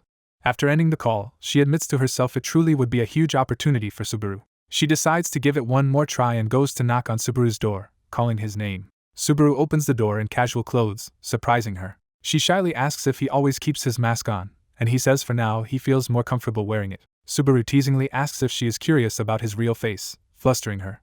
She rambles that the mask helps viewers associate him with Narukami Subaru but hopes someday he might show his own face. Subaru wonders aloud why everyone is fixated on Narukami Subaru. She lists reasons. He was a low-level Earthborn with poor stats who still became impressive, and his mere existence feels cool. She adds that, above all, Narukami Subaru represented their hope. She begins recounting how, when she first arrived in the tower, the world was barren and hopeless. The flashback shows an empty wasteland where nothing existed in the tower. She remembers a time of constant monsters, no food, no income, and no stability, where survival meant endlessly climbing. She explains that climbing earned credits, which allowed people to settle, and slowly they began to believe the world could be livable. She recalls the era when top players inspired everyone with the belief the tower could be conquered. Images of them triumphing over a massive dragon reinforced that idea of a winnable world. She says that above all of them stood Narukami Subaru, whose deeds went beyond simple floor clears. She concludes he was the first to prove conquering the tower was actually possible. Subaru asks if she personally believes that as well. She coyly says her full opinion is a secret, like what lies under his mask, and that maybe she will share it someday. Subaru realizes she came with business and invites her inside to talk, startling her. Flustered, she backpedals, insists it is nothing important, and says goodnight before fleeing. Subaru watches her retreat down the corridor, puzzled. She walks away thinking she no longer even wants to push the collab and wonders why his casual invitations make her heart race. Subaru reflects alone on the idea of being someone's hope. Later, in the white system space, the mission interface thanks Narukami Subaru Love for another 1,000 credit donation as he prepares the next run. More donations arrive, including messages from Golden Lion and the Yggdrasil Guild asking if he will really refuse Reinhardt and wanting to talk. Subaru notes how huge the collab hype has become, and that viewers and credits are rising fast. He decides his role is simply to give people what they want while earning credits, and starts the Floor 3 trial. The system presents a choice between joining the Ottoman or Conrad kingdoms, and he reaches toward one as chat debates his pick. Exposition explains that faction choice changes everything on this floor and that the two kingdoms hate each other, then confirms he has chosen the rare Conrad's side. Only a small fraction of players pick Conrad, and the scene shifts to its rowdy mercenary rest area on Floor 3. Subaru covertly enters the tavern as various mercenaries mill about. A thug notices him, calling him a newbie and saying he is bored and ready for trouble. The thug walks straight toward Subaru in the hallway. As they pass, he deliberately shoulder checks Subaru. Subaru remains steady while the thug recoils, surprised. A close-up shows the thug's foot sliding from the impact. He looks shaken as Subaru calmly keeps moving. Internally sensing Subaru's strength, the thug still yells at him to watch where he is going. He demands to know what Subaru's problem is. Subaru replies that the thug is the one at fault for purposely bumping into him. Enraged, the B-rank mercenary grabs Subaru by the collar and insults him for talking back as a supposed D-rank. Other mercenaries excitedly gather, eager to watch Vulture bully another low-rank newcomer. Subaru, unconcerned, notes B-rank great, and says he wants to test something as lightning gathers around his leg. His leg becomes wreathed in thunder energy as he prepares to strike. The masked protagonist violently blasts an arrogant mercenary in the face with electrified force. The man called Vulture is hurled across the guild hall and crashes to the floor, badly injured. The onlookers stare in shock as Vulture lies unconscious while the masked fighter calmly stands where he was. Some bystanders speculate Vulture might be sick, while another points out people do not fling themselves backward when ill. Other mercenaries realize the newcomer actually kicked Vulture and angrily threaten to tear off his mask for showing off as an E-rank. A stronger thug declares the guild hall will be the masked newbie's grave as he and his group move in. The protagonist's eye hardens with resolve behind the mask. After a brief, unseen clash, the hall is littered with defeated mercenaries, and one survivor whimpers that the masked man cannot be human. An older man approaches and praises the masked youth for his evident skill. The man introduces himself as Raymond, a rank examiner. Shaking hands, Raymond asks what jobs the unfamiliar E-rank has completed so far, while viewers in chat mock the situation. The protagonist explains via narration that Floor 3's trial is to complete mercenary jobs and earn 10,000 AP. He notes that E-rank jobs pay so little that players usually spend over a year on this floor, so he decided to take a shortcut instead of slowly ranking up. Raymond guesses he might be an otherworlder and notes that such people have become rare. Raymond refuses special treatment but hints the order can be shortened, while asking what benefit there is in favoring someone who will eventually leave this world. The protagonist thinks there is only one way to clear Floor 3's trial in one go and offers to make Raymond's dreams come true with a method even he never attempted in his past life. Raymond, nervous, asks what he means. The protagonist states he will conquer the high-level dungeon Cave of Thunder and claim it for Conrad. Raymond is horrified, saying only A-rank mercenaries can accept that job and hinting there is an even bigger problem. The protagonist calmly says he knows the dungeon is the subject of a prideful contest between the Osman and Conrad kingdoms over an impregnable stronghold. Narration explains Cave of Thunder is a special Floor 3 dungeon that no player, mercenary, or knight has ever cleared. A map shows the Conrad and Osman kingdoms separated by a contested, impassable mountain range. The narration adds that conquering Cave of Thunder, a direct pass through those mountains, would block invasions and grant decisive military advantage. The protagonist proposes that if Raymond issues him proof of A-rank status so he can take the Cave of Thunder job, he will clear it, and promises not to abuse the certification. Raymond hesitates, thinking hard about the request. The protagonist thinks that if turned down, he may have to fight Raymond too, while viewers jokingly urge Raymond to run away. Raymond finally agrees to write a letter of recommendation so the protagonist can join a raid on the dungeon. He remarks that raid parties always need manpower. While chat notes, he narrowly escaped serious danger without realizing it. Raymond says the raid leaves in 5 days and tells the protagonist to wait, while he fetches the recommendation. As soon as the plan is known, multiple viewers send missions offering large sums if he solo clears the Thunder Dungeon. The protagonist notices that 5 days is exactly when Floor 3's tournament ends and wonders if Blue Zone scheduled it with that in mind. Returning with the letter, Raymond admits he still finds the idea of clearing the Cave of Thunder hard to believe. He recalls challenging the cave in his youth and losing half his party. Handing over the letter, Raymond is reassured when the protagonist says such losses will not happen this time, but he wonders why a recommendation is needed. The protagonist answers that it is because he intends to enter the dungeon entirely alone, surprising both Raymond and the watching chat.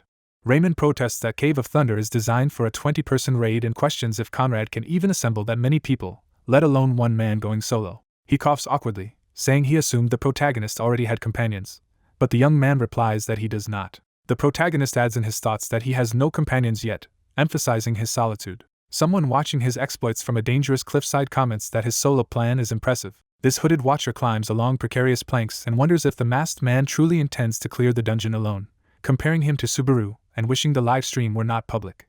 The hooded figure watches his stream and admits they have no interest in other trials, focusing entirely on him. On the broadcast, the protagonist announces he will take a break from streaming, disappointing his thousands of viewers. The watcher reacts in dismay as the stream ends. They see a notification that Narukami Subaru has ended the live stream and complain that it ruined their plan to pass time until reaching floor 3. After a moment, the watcher laughs happily, saying the masked streamer really resembles the original Subaru. She reflects that he stubbornly follows his own path regardless of others' opinions. Looking out into the storm, she muses that watching him feels like watching the real Subaru himself. She remembers he is also entering the upcoming tournament. She decides to stick around long enough to chat with him in person. Leaping dramatically from the cliff, she privately hopes he does not win the tournament. Later, the protagonist walks through town with his manager Tashiya, acting exactly as she expected. Tashiya praises how perfectly he captured Narukami Subaru's personality, though she notes the viewers booed him relentlessly. She adds that if he had just taken regular jobs, the stream would not have stood out, and he credits her advice for making it special. When she asks about his next move, he replies that he will go hunting to level up before the tournament in case strong rivals appear. He internally adds that he wants to gauge how much thunder power he can handle with his current stats, and test the artifact called Thunder's Heart. He vows never to hand over Toshiya's keepsake to anyone, no matter what. Elsewhere, Blue Zone player Genzaki Naoto angrily rushes through the city after being summoned, irritated that he had to come in person. Complaining that he should not have to dance to the tune of some floor 3 nobody known as Thunder, Naoto approaches the tavern meeting place. Entering, he calls to say he has arrived and is beckoned over by a man waiting inside. The waiting executive greets him calmly at a table with drinks. 2 mugs and a bottle sit between them, indicating a formal meeting. The executive confirms Naoto is from Blue Zone and says he heard Naoto wanted to discuss something involving one of their streamers. Naoto acknowledges this but impatiently asks where the important person he came to see actually is. The executive says the streamer is not present and is busy elsewhere. Naoto calls that arrogant for a rookie and questions what could be more important, but the executive insists the reason is private. The executive notes they already relayed the streamer's wishes, which is precisely why the streamer is absent. He adds that their company intends to speak directly with the streamer, and that meeting him may be difficult for Naoto. Naoto accuses them of deliberately blocking access to the streamer, and worries he will be blamed if he returns without meeting Narukami. Losing his temper, Naoto slams the table, accusing them of trying to hoard their golden goose. He argues that Narukami Subaru would be better off joining a major guild than streaming and tells the executive to think carefully.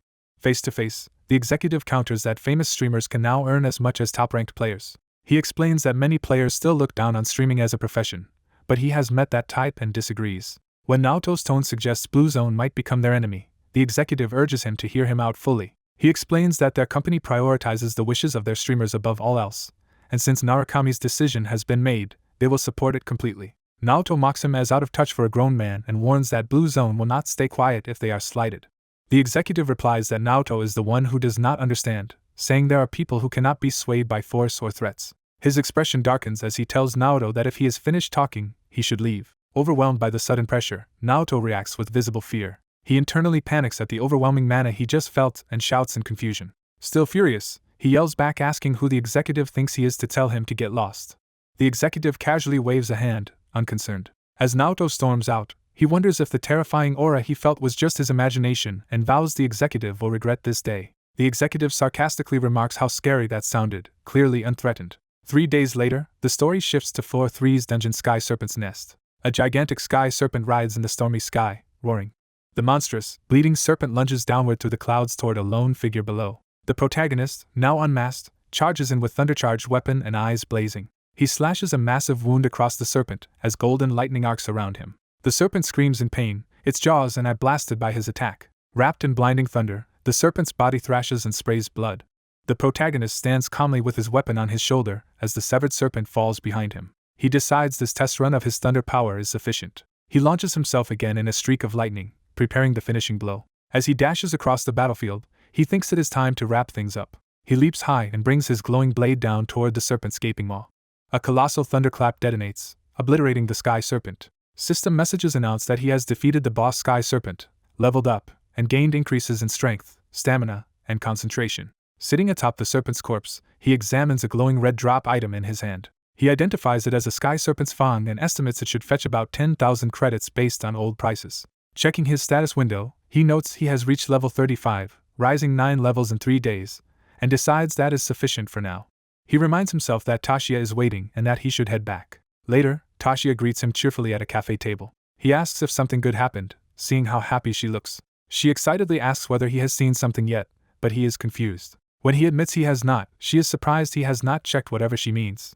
He realizes she means the collaboration video and apologizes, saying he was too busy grinding. Tashiya reassures him that his behavior is fine and that his unintentional authenticity is what makes him Narukami Subaru. She adds there is one difference between him and the original and hands him a folder to examine. Inside is a revenue statement from his collab stream with Hawk Eyes, showing nearly 50,000 credits, far more than he expected. Tashiya says she could have given him the statement anytime, but she also had another reason for calling him today.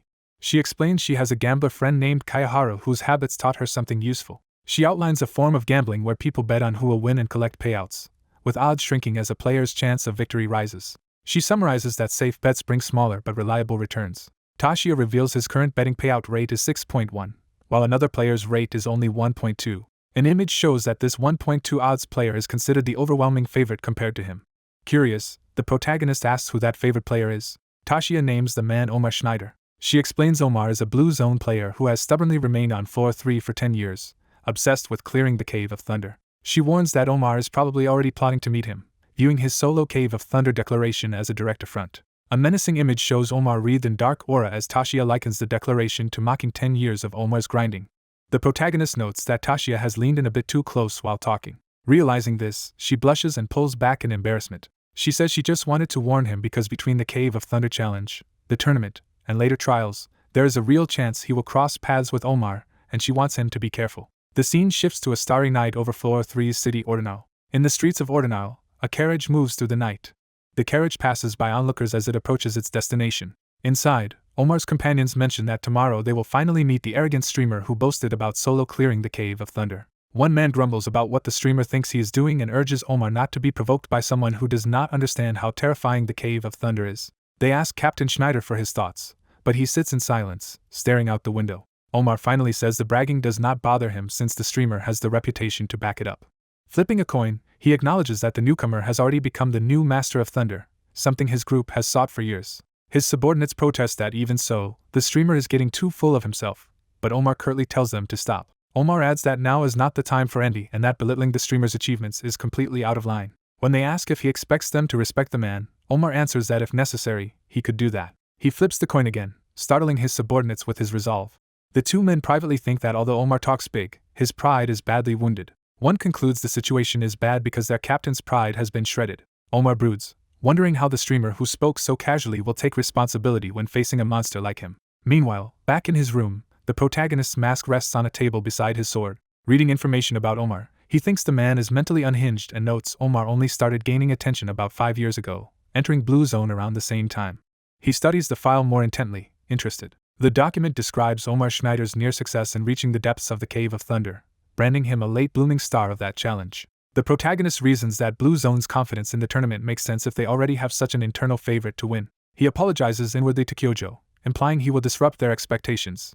Looking at his sword and mask, he declares he is already back in action and wonders aloud whether events will really unfold the way Blue Zone intends.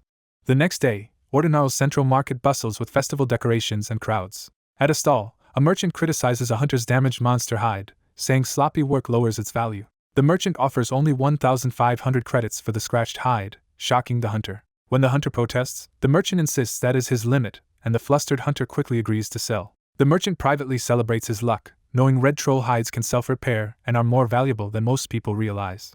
The merchant is startled as a masked man presents a large glowing red fawn. The merchant realizes it is a sky serpent's fawn and asks how much the masked seller wants. Examining the fawn, the merchant notes it is virtually undamaged S+ grade material. He decides the seller chose the wrong person to bargain with, determined to outnegotiate him. The merchant praises the fawn's condition as high B to a rank, saying only a small scratch keeps it from S rank and that the hunter who got it must be very skilled. He claims the timing is bad because sky serpent fangs have recently flooded the market, lowering demand. Pretending generosity, he offers 8,000 credits as a supposedly sweetened deal. Subaru thinks 8,000 might be acceptable after 20 years, but also knows the fawn should fetch at least 15,000 credits. He calls out the lie, pointing out that sky serpent fangs are actually rare and usually fetch name-your-price sums, shocking the merchant. A rugged man radiating power appears behind Subaru, drawing everyone's attention. The newcomer identifies Subaru as Narukami Subaru. Subaru recognizes him as Schneider. The scene shifts to a luxurious cafe where people relax amid falling petals. In a private booth there, Subaru and Schneider sit down to talk while nearby patrons whisper about seeing Schneider. Subaru says they are not friends meeting casually, and internally thinks the situation is odd. He is baffled that someone like Schneider would be into cute parfaits. Schneider brings up Subaru's claim that he would clear the Cave of Thunder. Subaru confirms he said that, while Schneider mutters that he is a cocky drifter. Schneider explains he first dismissed Subaru as a newcomer boasting about conquering the Cave of Thunder. Subaru asks if Schneider has changed his mind, and Schneider says only partly. Schneider concedes Subaru's overflowing talent and grants him partial respect. He adds that even so, he finds it hard to believe Subaru is being compared to the legendary Narukami Subaru. Watching Subaru's serious eyes, Schneider admits he initially thought Subaru was just a weirdo but now senses his resolve. Subaru presses him for a reason for the meeting, and Schneider responds that he has a proposal. Schneider demands Subaru retract his boast. He calls Subaru's solo Cave of Thunder claim ignorant arrogance, and orders him to publicly apologize in a live stream. Schneider clarifies that if he defeats Subaru in the upcoming tournament, Subaru must acknowledge his immaturity on stream. He says that when that happens, Subaru must bow his head. Subaru agrees on one condition and says that if he wins instead, there will be a price. Subaru's counter-proposal is that if he wins, Schneider must reveal everything he knows about Spirit Cave, which he argues is a fair condition. Confident, Schneider accepts, certain he cannot lose. As he leaves, Schneider remarks that he will never lose to Subaru in particular. Schneider exits the cafe while Subaru stays behind, pondering. Subaru reflects that Schneider's 10 years of effort clearly were not wasted. The perspective shifts to the modern world at Azure Sky Entertainment's office building.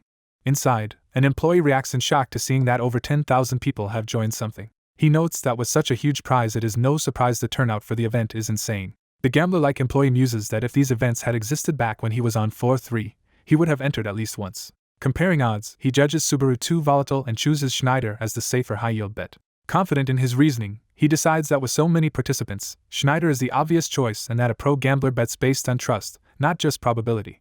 While placing his wagers on a tablet, he mutters that gambling is also the quickest path to ruin. His betting is interrupted by an incoming video call from Wika. Startled, he screams that she scared him as he fumbles the device. He accuses her of spying on him. On the call, Wika demands to know what he is doing.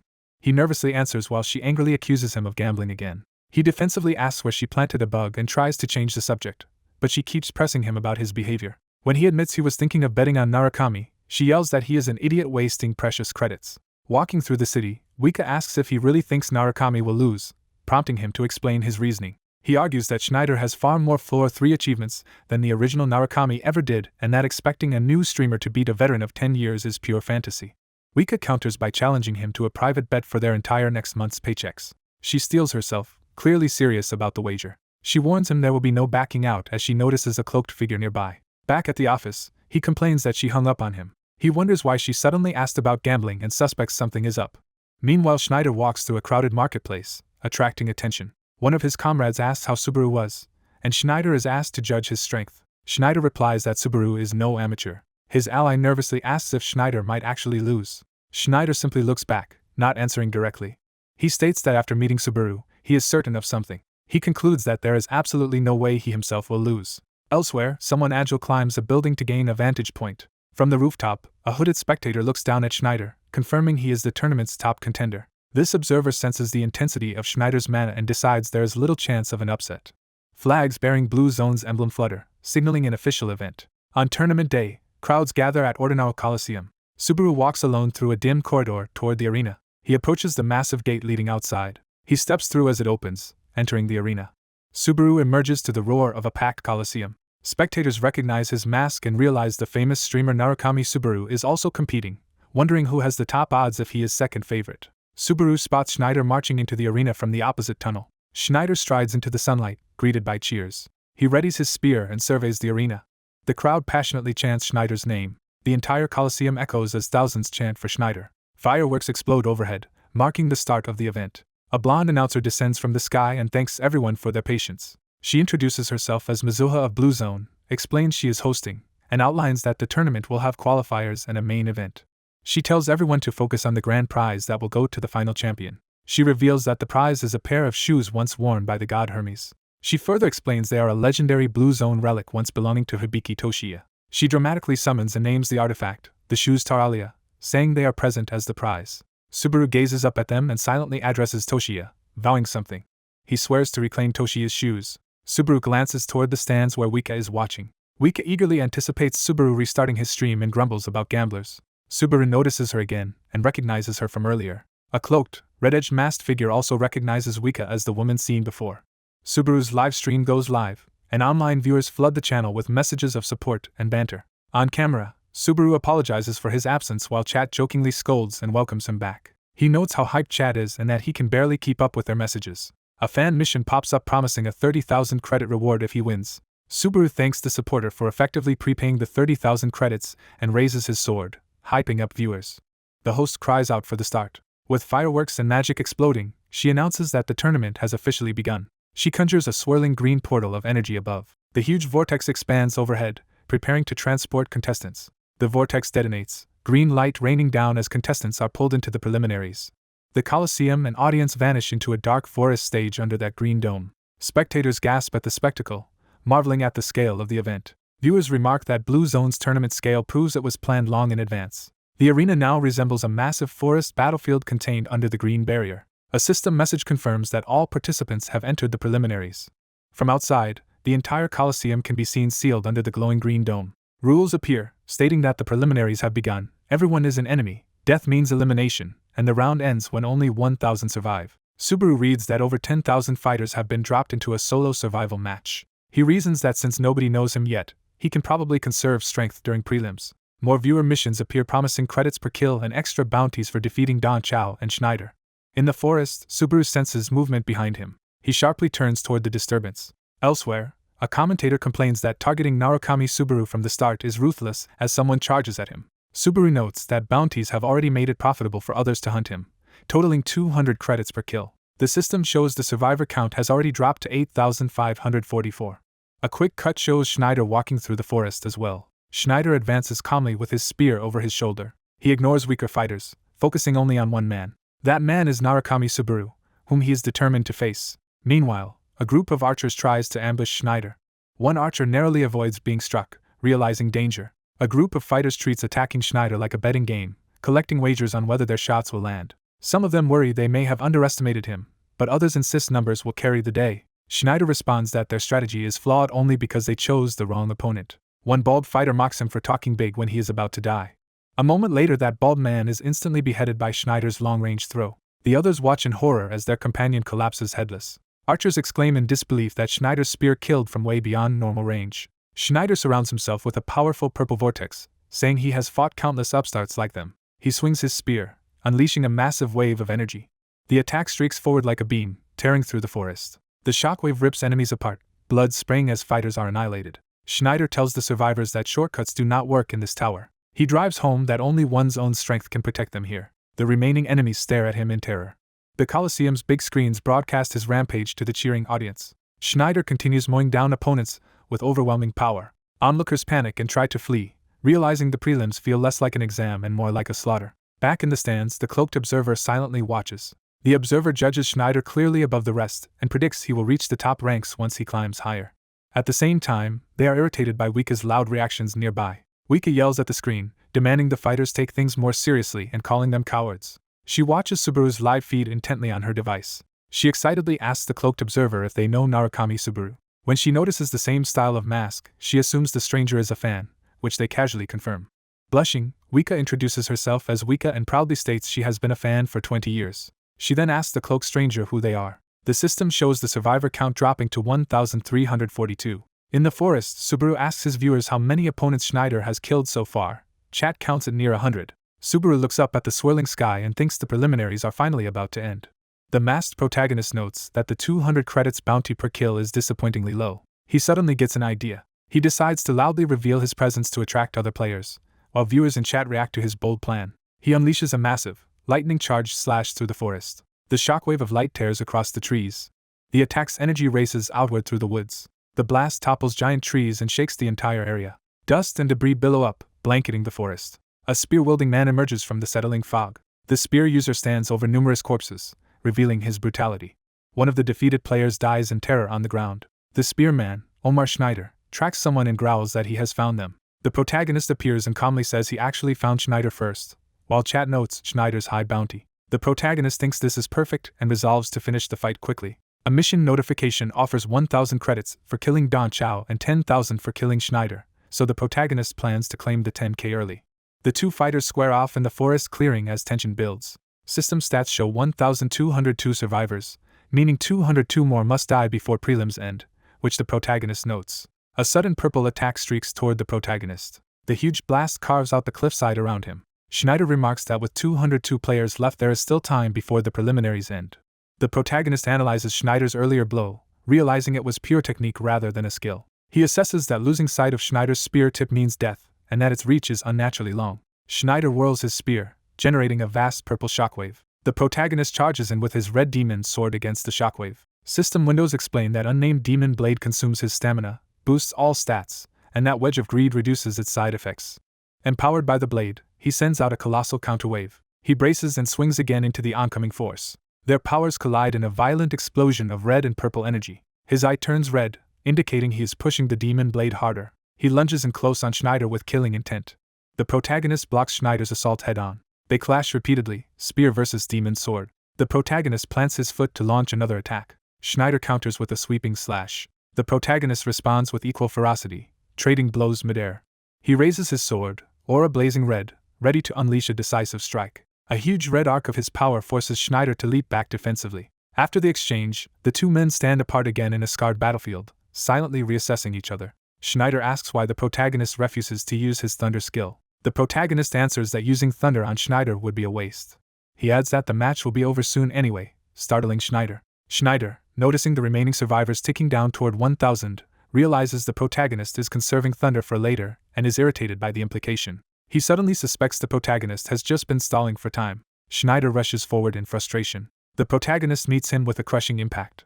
He taunts Schneider, asking if he was really fighting seriously, while the survivor count drops to 1,003. Schneider curses him in rage. The system announces that the survivors have reached 1,000 and the preliminaries are over, freezing their fight. Schneider, smiling, tells the protagonist to be prepared the next time they meet. The protagonist accepts that the 10,000 credit bounty on Schneider will have to wait until their rematch. A system message announces the players are being moved to the waiting room. The protagonist is transported to a neon waiting room and given a 30-minute break. He clutches his chest, admitting to himself that Schneider nearly overwhelmed him at the end and that a longer fight might have gone badly. Back in the room, his live viewer count passes 10,000, with chat marveling at how intense the fight was. Elsewhere, a woman explains that 10,000 concurrent viewers is the crucial streamer's wall, and breaking it even once can secure a streamer's career. The protagonist reflects that hitting 10,000 viewers means his stream with Schneider was ultimately a big success. He also notes that even someone as strong as Schneider cannot clear the Cave of Thunder, underscoring that dungeon's difficulty. The scene shifts to a sunny countryside house, signaling a change of location. Under the bright sky, someone sighs and starts complaining. A long-haired man near the house grumbles that his days feel like endlessly searching for something, wondering what he's doing with his life. Stretching, he muses that Schneider still holds the advantage, and wonders why such a strong man remains stuck on floor 3. Looking at his device, he reasons that leveling is slower on lower floors and that Narukami Subaru's only real edge over Schneider is thunder. He adds that if Subaru had talent equal to Schneider, he might pull off a complete comeback, though he doubts that is the case. A mission complete notice shows a viewer sending 9,800 credits to Subaru, and the man concludes Subaru likely lacks that rival-level talent. Back in the waiting room, Subaru instantly claims a similar 9,800 credit reward from another sponsor, saying he will take any free credits offered. Subaru spends 80,000 credits to level up Wedge of Greed, leaving about 16,000 credits. The system shows Wedge of Greed is now a B-rank level 5 skill that suppresses side effects of other skills and can be enhanced further for a massive cost, which Subaru notes. Seeing its new rank, he thinks that perhaps even his more ambitious plans might now be within reach. The story cuts to the arena city at night, beneath a dome of eerie green energy. A guild worker gazes at the legendary boots Stellaria displayed in a barrier and falls silent. She nervously wonders if rumors are true that a thief is targeting these boots. She continues that this thief supposedly has a specific hidden identity. Someone calls out to Miss Mizuha, snapping her from her worried thoughts. A staffer enters and reports that reinforcements from guild headquarters have arrived, prompting her to ask who is leading them. A muscular man casually says he is the one in charge. Recognizing him as a powerful figure, Mizuha stammers, asking why someone of his rank is all the way down on floor 3. Another brawny man named Kirikawa arrives, saying the guildmaster is in a foul mood. Mizuha asks if the guildmaster's mood is because of Narukami Subaru. Kirikawa confirms it is about both Subaru and Schneider. He adds that there is another problem on top of those two. In the spectator stands of the arena, Subaru now sits cloaked beside a woman, blending into the cheering crowd. Subaru senses an enormous mana presence from the woman beside him, and wonders why someone so powerful is here. The woman reveals a calm, dangerous aura as she looks at him. Overwhelmed, Subaru thinks it is strange to find such a powerhouse here and starts to introduce himself under his alias. The cloaked figure reveals himself as Tammy, shyly saying being called Miss is embarrassing. The woman laughs that his aura is far from normal, and says she can tell he has trained for many years. She then states that his current face is just a disguise technique, calling out Tammy on concealing his identity. Tammy internally panics at how perceptive she is, wondering who she works for, while she says she understands strong people often need to hide who they are. She adds, "But," with a serious tone, signaling a condition. She asks Tammy to confirm that he is not here to interfere with the tournament. Tammy grins provocatively, and replies by asking what if he is. The woman declares she will stop him by any means necessary if he intends to disrupt the event. Back in the waiting room, Subaru looks up, reacting to a notification. The system announces the break has ended and light begins transporting him away. A new message declares the finals are commencing, and players materialize on a grid arena, surprised to find they have been standing close together the whole time. Rules appear overhead explaining that the finals will use a territory capture format where players must seize enemy tiles. A Chibi Mizuha explains that once the match begins each player is assigned a territory. She further explains that only 2 players can occupy one territory at a time, and they must fight, defend, or steal to seize others' zones. She adds that defeating another player lets you take their territory tile for yourself. The tutorial finishes by stating that whoever controls the most territory after 2 hours wins, earning the prize Talaria. The finals start and Subaru lands on his assigned colored tile among many others. At the referee's shout, all participants spread out across their tiles as the match officially begins. Subaru notes that, just as expected, nobody moves aggressively at the start. He reasons that fighting immediately only yields 1 tile, while waiting until later allows you to gain larger territories by defeating someone who has already expanded. Ignoring that logic, he suddenly decapitates a nearby player, starting his own killing spree. He jokes that he would love to be selective, but at 300 credits per person, he is financially motivated to mow down everyone. Elsewhere, another fighter blitzes forward with violet energy. Schneider begins ruthlessly cutting down contestants on his own tile. From another tile, a swordsman watches Schneider slice an opponent apart. The terrified swordsman shouts that he has not even done anything yet as Schneider rushes him. Schneider kills him while demanding to know where Narukami Subaru is. Schneider continues butchering players, leaving a bloody path across his purple territory. Bloodied yet relentless, he surveys the field in search of Subaru. A wide view shows the arena grid with combat and corpses scattered, each tile shifting color as territories change hands. In some sections, combat devolves into a bloody melee under eerie red light. Schneider stands amid the chaos, still determined to find Subaru. Subaru, on another tile, watches Schneider's rampage from afar. Another contestant is mercilessly slaughtered by a red-eyed fighter, highlighting the event's brutality. Subaru observes 2 other strong players clashing with a purple aura between them. While he walks away, a sword drips blood nearby, showing he has just finished off another foe. Schneider spots Subaru moving away and yells after him, accusing him of running away. Viewers in chat tease Subaru, urging him to fight Schneider, but he calmly decides this is not the right moment. He tells the audience his priority is farming credits, prompting amused reactions from chat. Blood from his blade drips onto a dead opponent, emphasizing his efficient farming style. Looking down at another fallen enemy, Subaru realizes Floor 3's fighters are far weaker than Schneider, and is surprised by the massive power gap.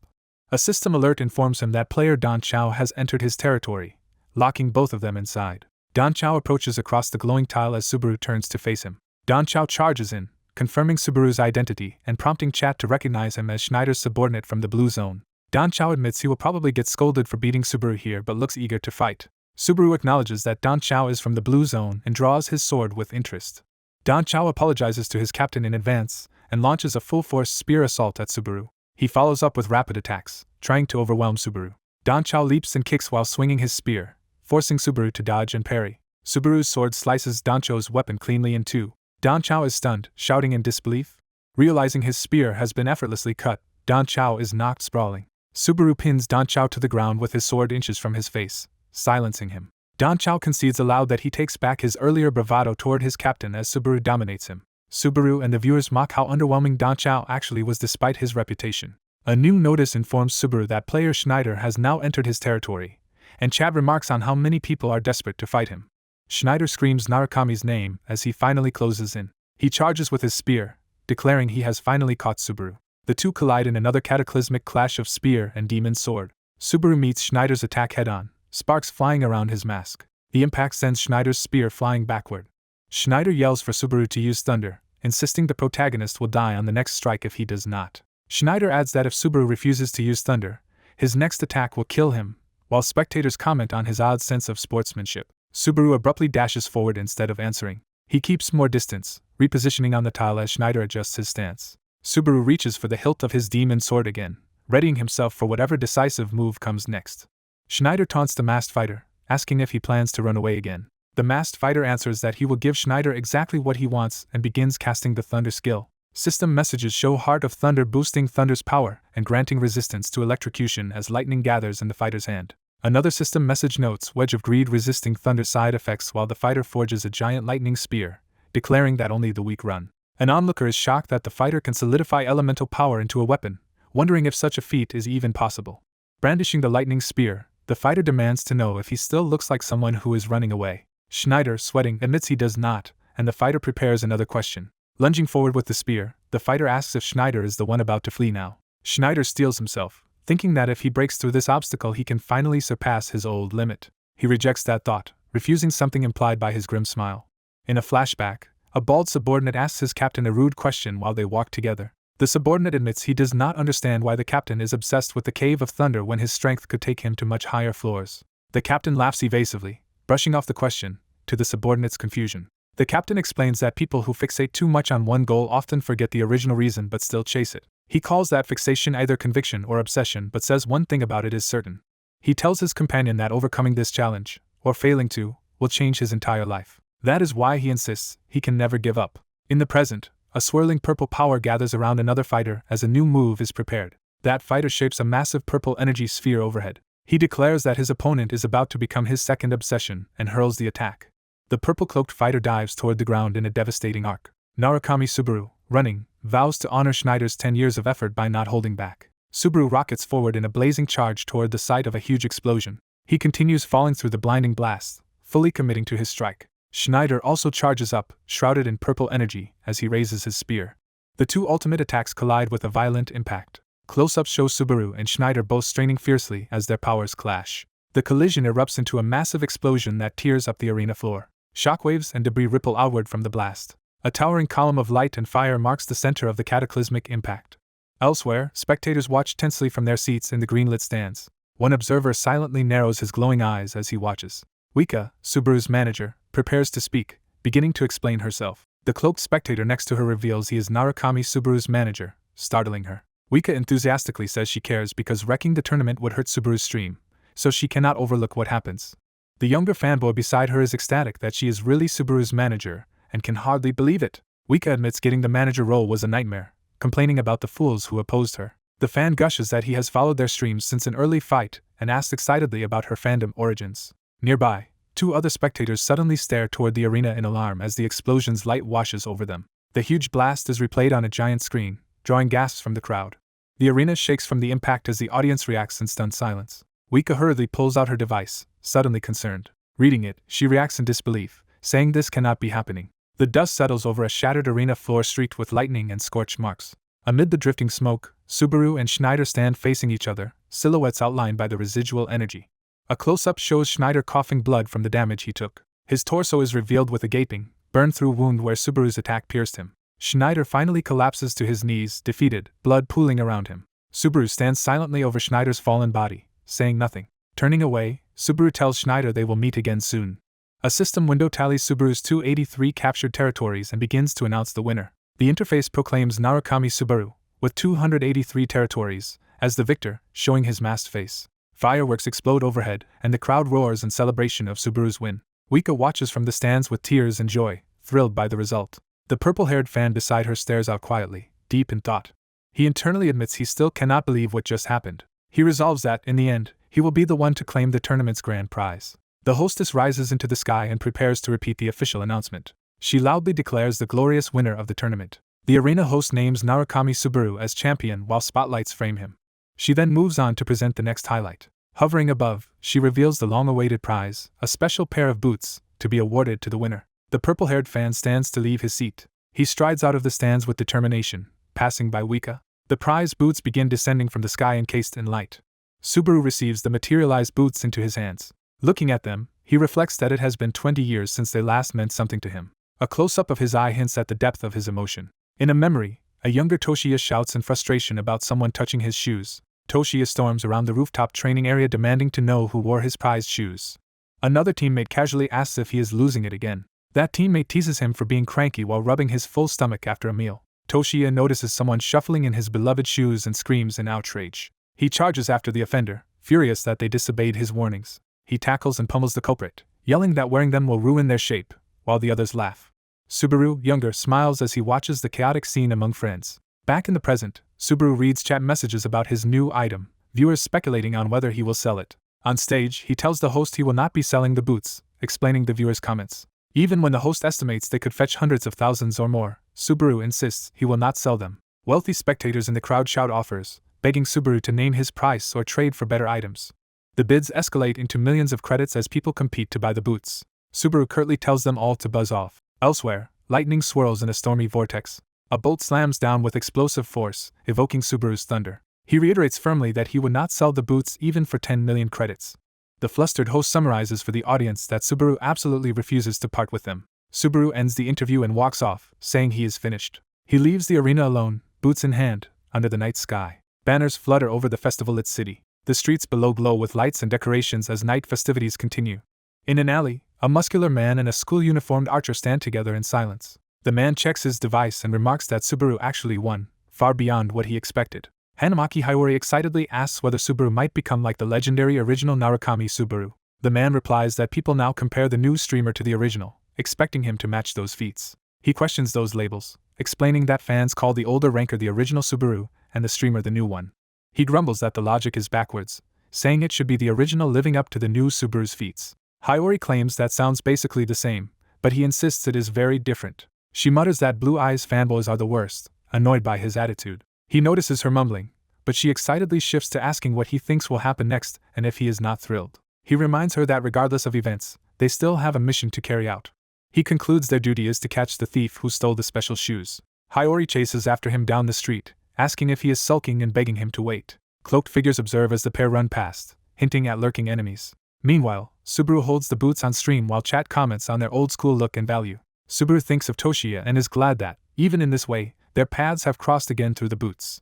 He thanks his viewers for the missions that help distract him from the emotional pain. He brings up the item window, reading the Talaria's stats and preparing to examine them in detail. Chat debates the boot's usefulness, while some explain that movement speed gear is extremely rare and valuable. Subaru then receives a new message warning him about a suspicious woman, and he wonders what is going on. The message log shows Wika warning that a strange woman might be after the prize and urging him to be careful. Outside, crowds celebrate in the streets while a hooded figure moves among them unnoticed. That hooded person, clearly connected to Toshiya, asks herself why she is standing right in front of his cherished shoes. Resolving that she has no choice, she steps forward purposefully. She decides she must act without drawing attention. Her inner monologue turns dark as she concludes she may have to slice off Subaru's ankles to reclaim the boots. Under the full moon, lights glow from a large building where the night continues. Subaru arrives at a bar-like venue where Wika calls out to him. She happily waves him over to the counter. Wika warmly congratulates Subaru on winning the tournament. She says she already ordered a non-alcoholic drink for him and asks about the urgent message she sent earlier. She begins to explain that she met someone very strange in the stands. A flashback shows Wika chatting with a cloaked woman wearing the same mask as Subaru. Back at the bar, Subaru clarifies what she means by a weird person, and Wika explains it was a masked female player. Wika describes initially finding the woman shady but then bonding with her as fellow Narukami fans. She says that the moment Subaru won, the woman's expression suddenly changed. Wika adds that the woman looked like she had just been dumped and then vanished, which proves she was no ordinary spectator. Wika remembers chasing after her but being unable to detect her presence, strengthening her suspicion. Subaru reasons that anyone who can hide from Wika yet is also his fan must be someone special. Wika tries to repeat how she confirmed the woman's fandom, but Subaru cuts in, pointing out she already said that and specifying he means the Blue Eyes ranker. Wika recalls that, when asked directly, the woman neither confirmed nor denied being a Narukami Subaru fan. Wika struggles to describe the exact nuance of the woman's reaction. A side profile of the purple-haired fan suggests he may be that mysterious person or connected to her. Subaru is struck when Wika finally says the woman looked nostalgic, like she was remembering something. He jolts upright, knocking his stool away in sudden realization. Without explanation, Subaru sprints out of the bar, leaving Wika startled. She calls after him in confusion as his untouched drink sits on the counter. Outside, the mysterious woman, now clearly visible, sits atop a cliff overlooking the illuminated city and stadium. She stands up, revealing herself in full gear and watching from a distance. She quietly admits she expected things to unfold this way. Another cloaked figure comments from a rooftop that Kyojo has grown soft. Hydra and her comrade below remark that if their enemy came himself that would be fine, but sending rookies against them is laughable. The cloaked woman sighs that Subaru has actually gone and won the entire event. Onlookers notice Subaru dashing through the streets and wonder where he is rushing off to now. She calculates that she would need only 10 seconds, no, 5, to steal the boots from him. Remembering a past promise, she insists Toshiya's treasured item should never belong to anyone else. She pulls at her hair, lamenting how dramatically she built up this plan. Yet she admits she cannot bring herself to actually attack Subaru. She confesses that everything Subaru does reminds her painfully of the Subaru who died. She falls silent, lost in conflicted emotion. Finally she yells that she does not care anymore and declares that if Subaru joins Blue Zone, she will not go easy on him. The silver-haired fighter threatens that next time she will go for her opponent's head instead of just his legs. She pauses and lowers her head, her aggressive demeanor briefly softening. She quietly admits she still wants to speak with Subaru at least once. She thinks that meeting Subaru face-to-face might make her feel like she has met the real him again. Dawn breaks over the desert where she just fought, the scene transitioning away. Elsewhere, a masked Subaru gasps for breath outside a building, wondering why he never considered a certain possibility. He realizes Teleria might be used as bait to draw out Blue Eyes. He reasons that if Reina, an infiltration specialist, went to retrieve Toshiya's shoes, it would fit her skills. That would explain why Reina deliberately concealed her presence earlier in the city. Subaru recalls sensing Shu's mana from the ice flowers and that Reina may have been in the tournament. He concludes that Shu, Reina, and the others from his old party are all still alive. Subaru forces himself to calm down, deciding it is too soon to jump to conclusions. He reflects that Reina's personality would not let her ignore Toshiya's belongings if they were right in front of her. Wika calls out to Narukami Subaru, concerned by how distracted he looks. She approaches and asks if he is all right, and he answers vaguely. She says he ran out of the bar so suddenly that she got worried. Subaru explains he thought the suspicious woman might be someone he knew but probably misjudged. Wika nervously says she has something difficult to tell Narukami. She gathers her resolve while the crowd moves around them in the plaza. Blushing, she blurts out that Narukami does not really have any friends. Subaru is left speechless behind his mask at this blunt remark. Wika hastily adds that he especially has no female friends, and Subaru curtly suggests they just go home. As Subaru walks off, Wika chases after him, worried she may have upset him. The scene shifts to a nighttime cityscape with tall buildings and lights. On a rooftop near the moonlit sky, a girl peers over the edge yawning. Reina and a muscular senpai complain that they are tired, hungry, and bored while keeping watch by a wall. She urges her senpai to say something and asks if their targets really escaped. He calmly replies no. When Reina asks how he can be so sure, he says he has just received a message from Itsuki. The message simply orders them to call the operation off. Reina explodes in frustration that the long wait ends with being told to cancel everything. Her senpai explains that Itsuki believes if Blue Eyes had truly come, they would never have let someone else take the prize. He adds that Itsuki realized he was overthinking the situation. The senpai stops and says there is another reason. He says Itsuki believes that, trap or not, that group would have shown up anyway. Reina wonders if the person they are targeting might actually be Narukami Subaru himself. The senpai recalls everyone saying Subaru's death was only an unfounded rumor, and admits he had hoped that was true. But he reasons that if Itsuki is going this far, the rumor might actually be real. The rumor claims Narukami Subaru died because his comrades in Blue Eyes betrayed him. Subaru stands under the night sky, brooding over that story. He wonders if this rumor is why his former comrades have all kept themselves hidden. Reading old articles on his device, he sees reports of Blue Eyes' breakup and Guildmaster Kyojo's silence about internal conflict. Subaru notes that 20 years have passed and Kyojo now seems beyond his reach. He decides that as a newbie, to catch up to Kyojo he will need something even more special. He thinks of the recreated legendary Thunder Spear he used in the tournament. He recalls recreating that one-time legendary item from the second floor, the Thunder Spear, to fight a giant monster. He admits that despite thinking he understood thunder, there is still much he does not know. Smiling, he recognizes he has a long way to go before fully mastering thunder. The narration describes thunder as a tremendous power coveted by gods and giants. It also says humanity sees this power to fight back against those beings. Subaru considers that perhaps he has never been using thunder properly at all. He focuses on the Cave of Thunder, a dungeon linked to this power. He resolves that clearing that dungeon might teach him something important. He hopes to uncover the secret of thunder, and how to grow stronger by it. The story cuts to a luxurious tea table laden with sweets and pastries.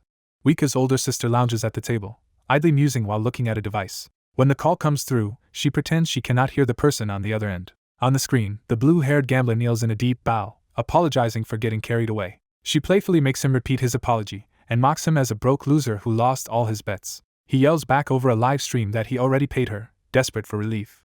He begs her for help, saying he bet all his payout and cannot even pay his bills, while she coldly questions whether flattery will save him. He pathetically offers to act like a dog if that is what she wants, and she tells him to stop because it is disgusting. She falls briefly silent, considering something. Then she leans in and asks if he can do her a favor instead. A bell over a tavern door rings as someone enters.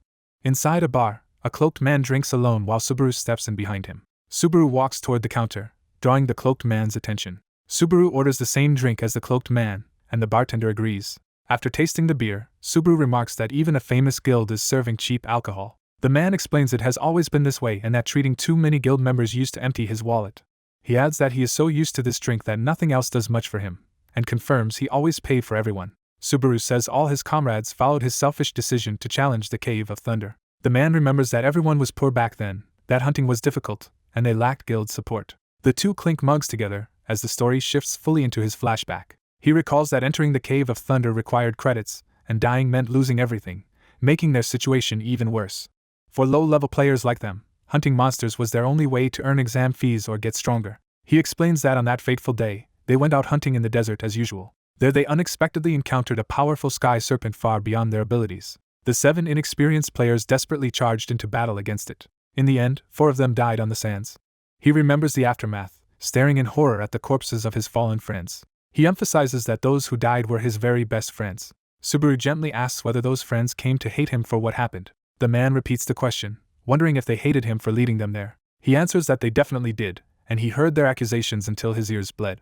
Subaru listens as he recalls their furious words blaming him for insisting on the Cave of Thunder. The memories echo harsh accusations that it was all his fault and that his stubbornness got them killed. He hears the haunting charge that he caused his best friends' deaths. Their voices torture him with the question of why he alone survived. Subaru tells him firmly to stop tormenting himself with those thoughts.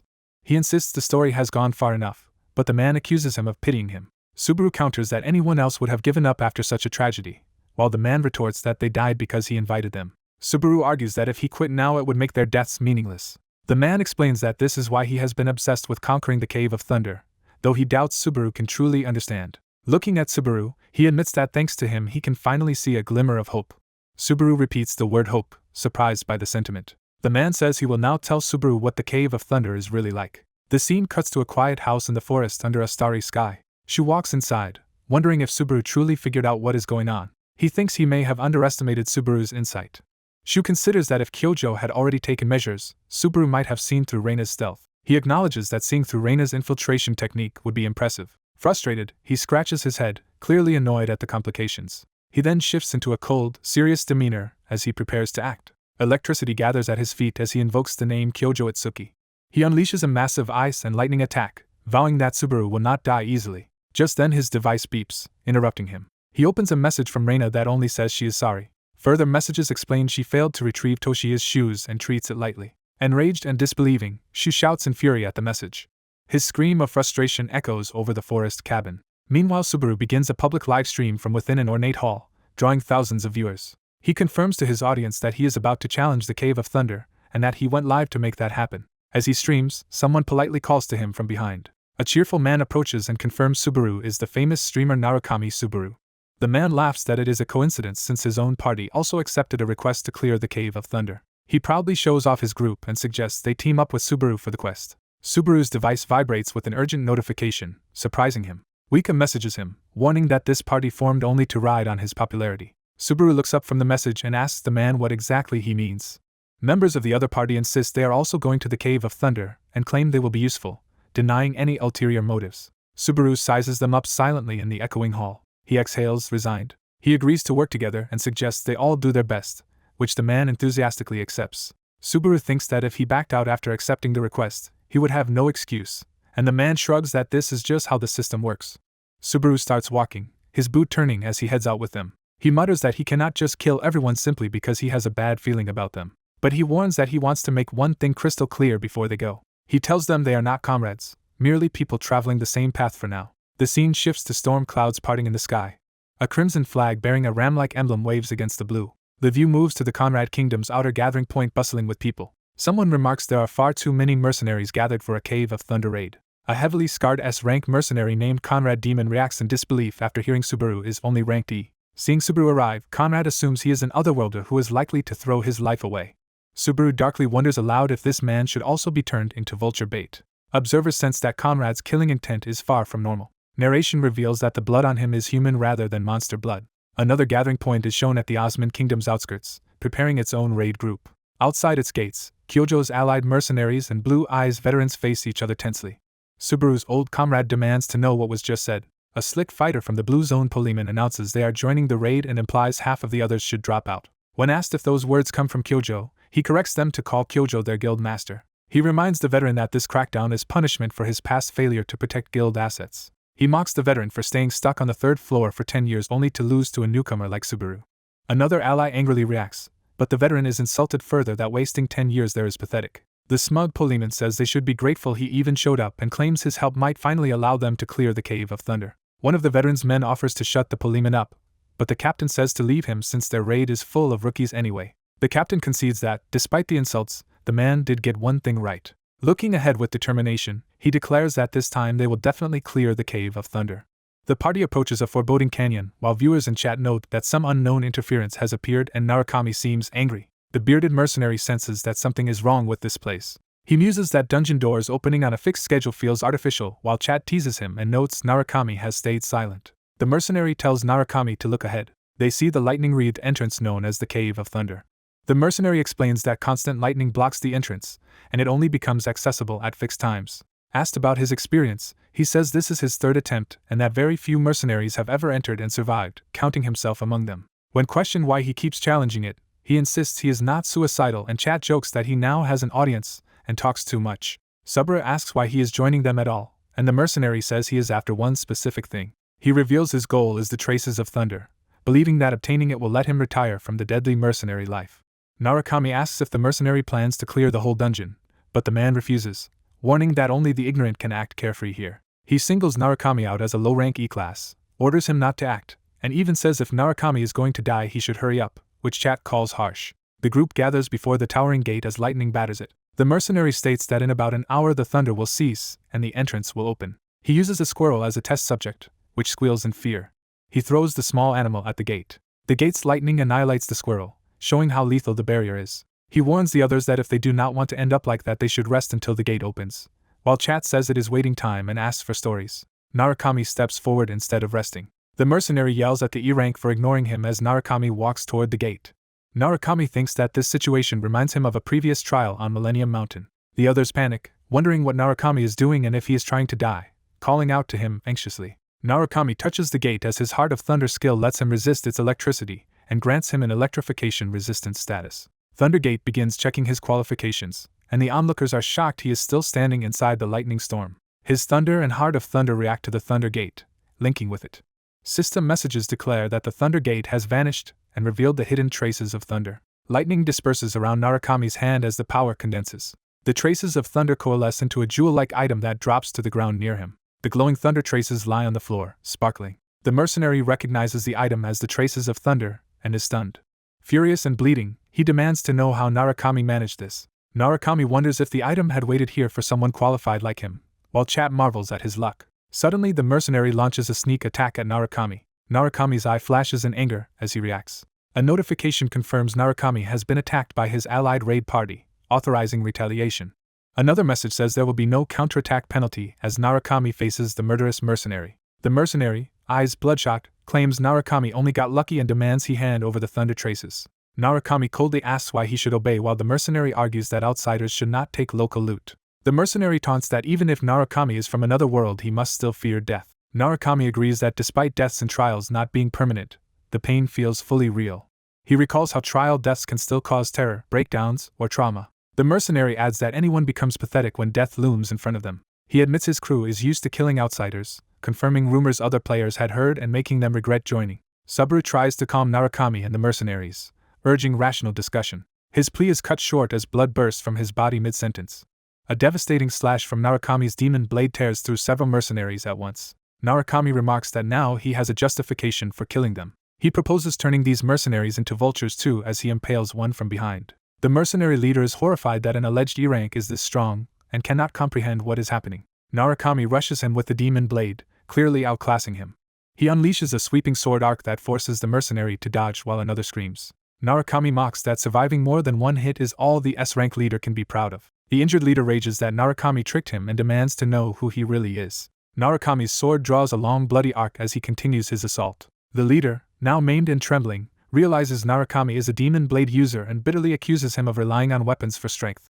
The bloody demon blade gleams menacingly. Narukami dismisses him as trash and says if the man was jealous he should have saved to buy a similar weapon. He then notes the mercenary no longer needs to worry about that as the man tries to curse him. Narukami finishes the leader with a brutal slash, and a system message announces that demon has been defeated. The surviving players stare at the slaughtered mercenaries in awe and shock.